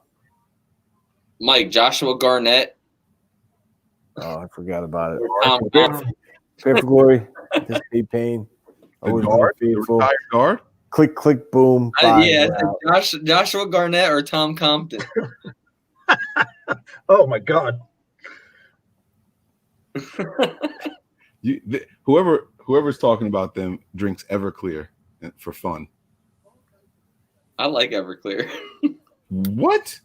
I do like Everclear. That's what's wrong with Nick. I don't drink it for fun anymore, though. Figure it out. Not anymore. Anymore. That's it. That's a Right key there. word. You figured out what's So wrong with. The only other thing that you had brought up, Mike, earlier when we were talking about topics was whether or not we thought Sherman was going to come back and start right away, or Oh my God! How do we forget this topic? Yes, this is important actually, because this is week 3 of his practice window. So he's either back or he's not. And if he's back, is he's coming off of the bench or is he starting? How you guys think this is going to play out for Richard Sherman? This is it right here. I think Verrett takes Mosley's spot, and Sherman goes on the other side. I think Verrett's playing the boundary now, right? Yeah, but I think Verrett will be willing to go and play man and all that other stuff. Yeah, but Sherman don't want to play the boundary. Field. Verrett's been playing the wide side of the field because the boundary side usually is closest to the sideline. Field side gets the wide side. There's more responsibility. Right. Well, okay. Well, I'm just saying that I think Sherman and Verrett are the starters. I think Mosley's the man out. I don't think that you take a potentially Pro Bowl caliber player this year and take somebody who's been out for 8-9 weeks, whatever it's been now, and just throw him back in there. I think that you might see Richard get the start because he's Richard Sherman, but I don't think he plays the whole game. Richard Sherman is going to get the start because of his contract. And the Niners aren't sitting somebody who makes almost $1 million a game on the bench for a guy who makes $250,000 a game. Now, here's the question. Sherman starts one side, Verrett starts the other. Who starts the slot? Taylor. It's still going to be Taylor. You don't think they'll try to give Mosley reps? Get the hell. Mosley, never mind. What do you mean? Mosley started off as the slot. Come on. I stopped. That means I don't want to do that. I don't think so. Mike, Mosley started off as a slot corner. I don't think so. I don't think they put Mosley in there in the slot. I'm not saying it can't happen. I don't think so. It depends on what Taylor's I think been it playing. really comes down to what Richard wants to do. Does he want to put his name back out there so he can get a contract next year, or is he going to do what's best for the team? Because what's best for the team, I think, is that Mosley and Verrett continue to play. I don't know. Mosley's been pretty bad too. Oh, Nick, don't do it. So He wants to be on for another half hour. it's gonna be Brett and Sherman. Don't do it. Mosley is the future. He's getting a big contract extension. Don't do that, man. Yeah, I don't know where he better hit up Jimmy Garoppolo then. He's a restricted free agent too. Mm-hmm. Mm-hmm. All right. So we all agree that Sherman's coming back and he's a starter. All right. Let me go ahead and put let me get this out the way. Unfortunately, yes. Okay. Now, we heard Eric Davis come out and say that he thinks that Sherman can be an all-pro safety. Does he come in right away and take Tart's spot? Nah, that's a different. That's interesting. I was just going to say the same thing. Strong safety. I think I would love to see that to get the best best players on the field. I just don't know that Richard will do it. Okay. Hey, maybe that's why he was taking scout team reps. They didn't say what position. They did not say what position. I'm just asking questions. I got no follow-ups. I think he would go and play free safety and have Jimmy Ward play strong. Right, because Ward signed a safety contract, not a specific safety contract. They're rotating back and they're switching all over the field right there. Those two. Mm-hmm. And they've said for 3 years straight, they're interchangeable. So I don't have a follow-up questions. I don't have a follow-up question. That's right. To who said this? Zoe81. ED said that he could be as good as Merton Hanks, and Merton Hanks transitioned from corner to safety. to free safety, right? Yeah. What is going on, man? I'm gonna break my neck. The Oh, Merton Hanks, man. Guy's neck was. oh, that and not only did he do this with his neck, he like shimmied at the same Yo, time. his like. I have no idea how he and Brian with his green cup. That is driving me crazy every time. It's yellow, man. Well, your camera don't know it. I know. All right, so Sherman's back. No matter what, Sherman's back this week, right? Yes. Yeah. Yeah, Sure. he has to be. Okay, Sure. Because if he's not, he's out for the rest of the season, even if we make a run. that's right. That is right. Yeah, but it doesn't mean he has to play. Yeah, he could be a non-active, I guess. No, he could be inactive. He could just On the be bench. on the bench. That's Yeah. but he could also be inactive. They can make him part of the 53 and then make him inactive. Right, he can be one of the. He just has to be off IR. Even though we only have 48, so he'd be the one inactive. Oh shit, Akello might get us.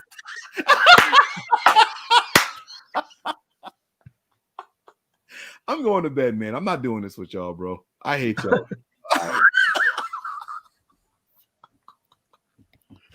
Oh man, Akello might actually get to put his helmet on. He can't find his way out of the doghouse. What are you talking about? Out of the doghouse. There's no doors on that bitch. He's in the kennel. He's not in the dog. Locked up. Throw away the key. Locks on the outside. Y'all got You'll be problems. playing for Jacksonville next year, buddy. Oh my God, he's going right to Denver. You can book it. He's going to Denver, bro. All right. Anything else? We done? We out of here? Yeah, we're out of here. I'm tired. All right, man. All right. We end every show the same way. Any final thoughts, guys? Niners making the playoffs. We did the I had whole 2.5 hours of final thoughts. Yeah. Yeah, Niners are making the playoffs. We're going to the playoffs, baby. You see it. You know what it is. We're going to summon the spirits of the greats. We're going all the way, baby. All right, guys, that's going to do it. We thank you guys for rocking out with us. For anybody who chimed in from start to finish, you guys are the real MVP. I thank you guys, man.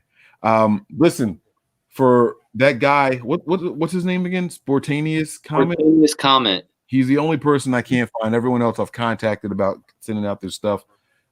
Spontaneous comment. If you see this, please send the email to nb9ers@nothingbutniners.com. It's right there on the screen. Please send that email over there so we can get you your holiday gift from us here at Nothing But Niners. And that's going to do it for us tonight. We thank you guys for rocking with us. Prepare for glory. Anticipate pain. But always remain faithful. We out of here. Peace.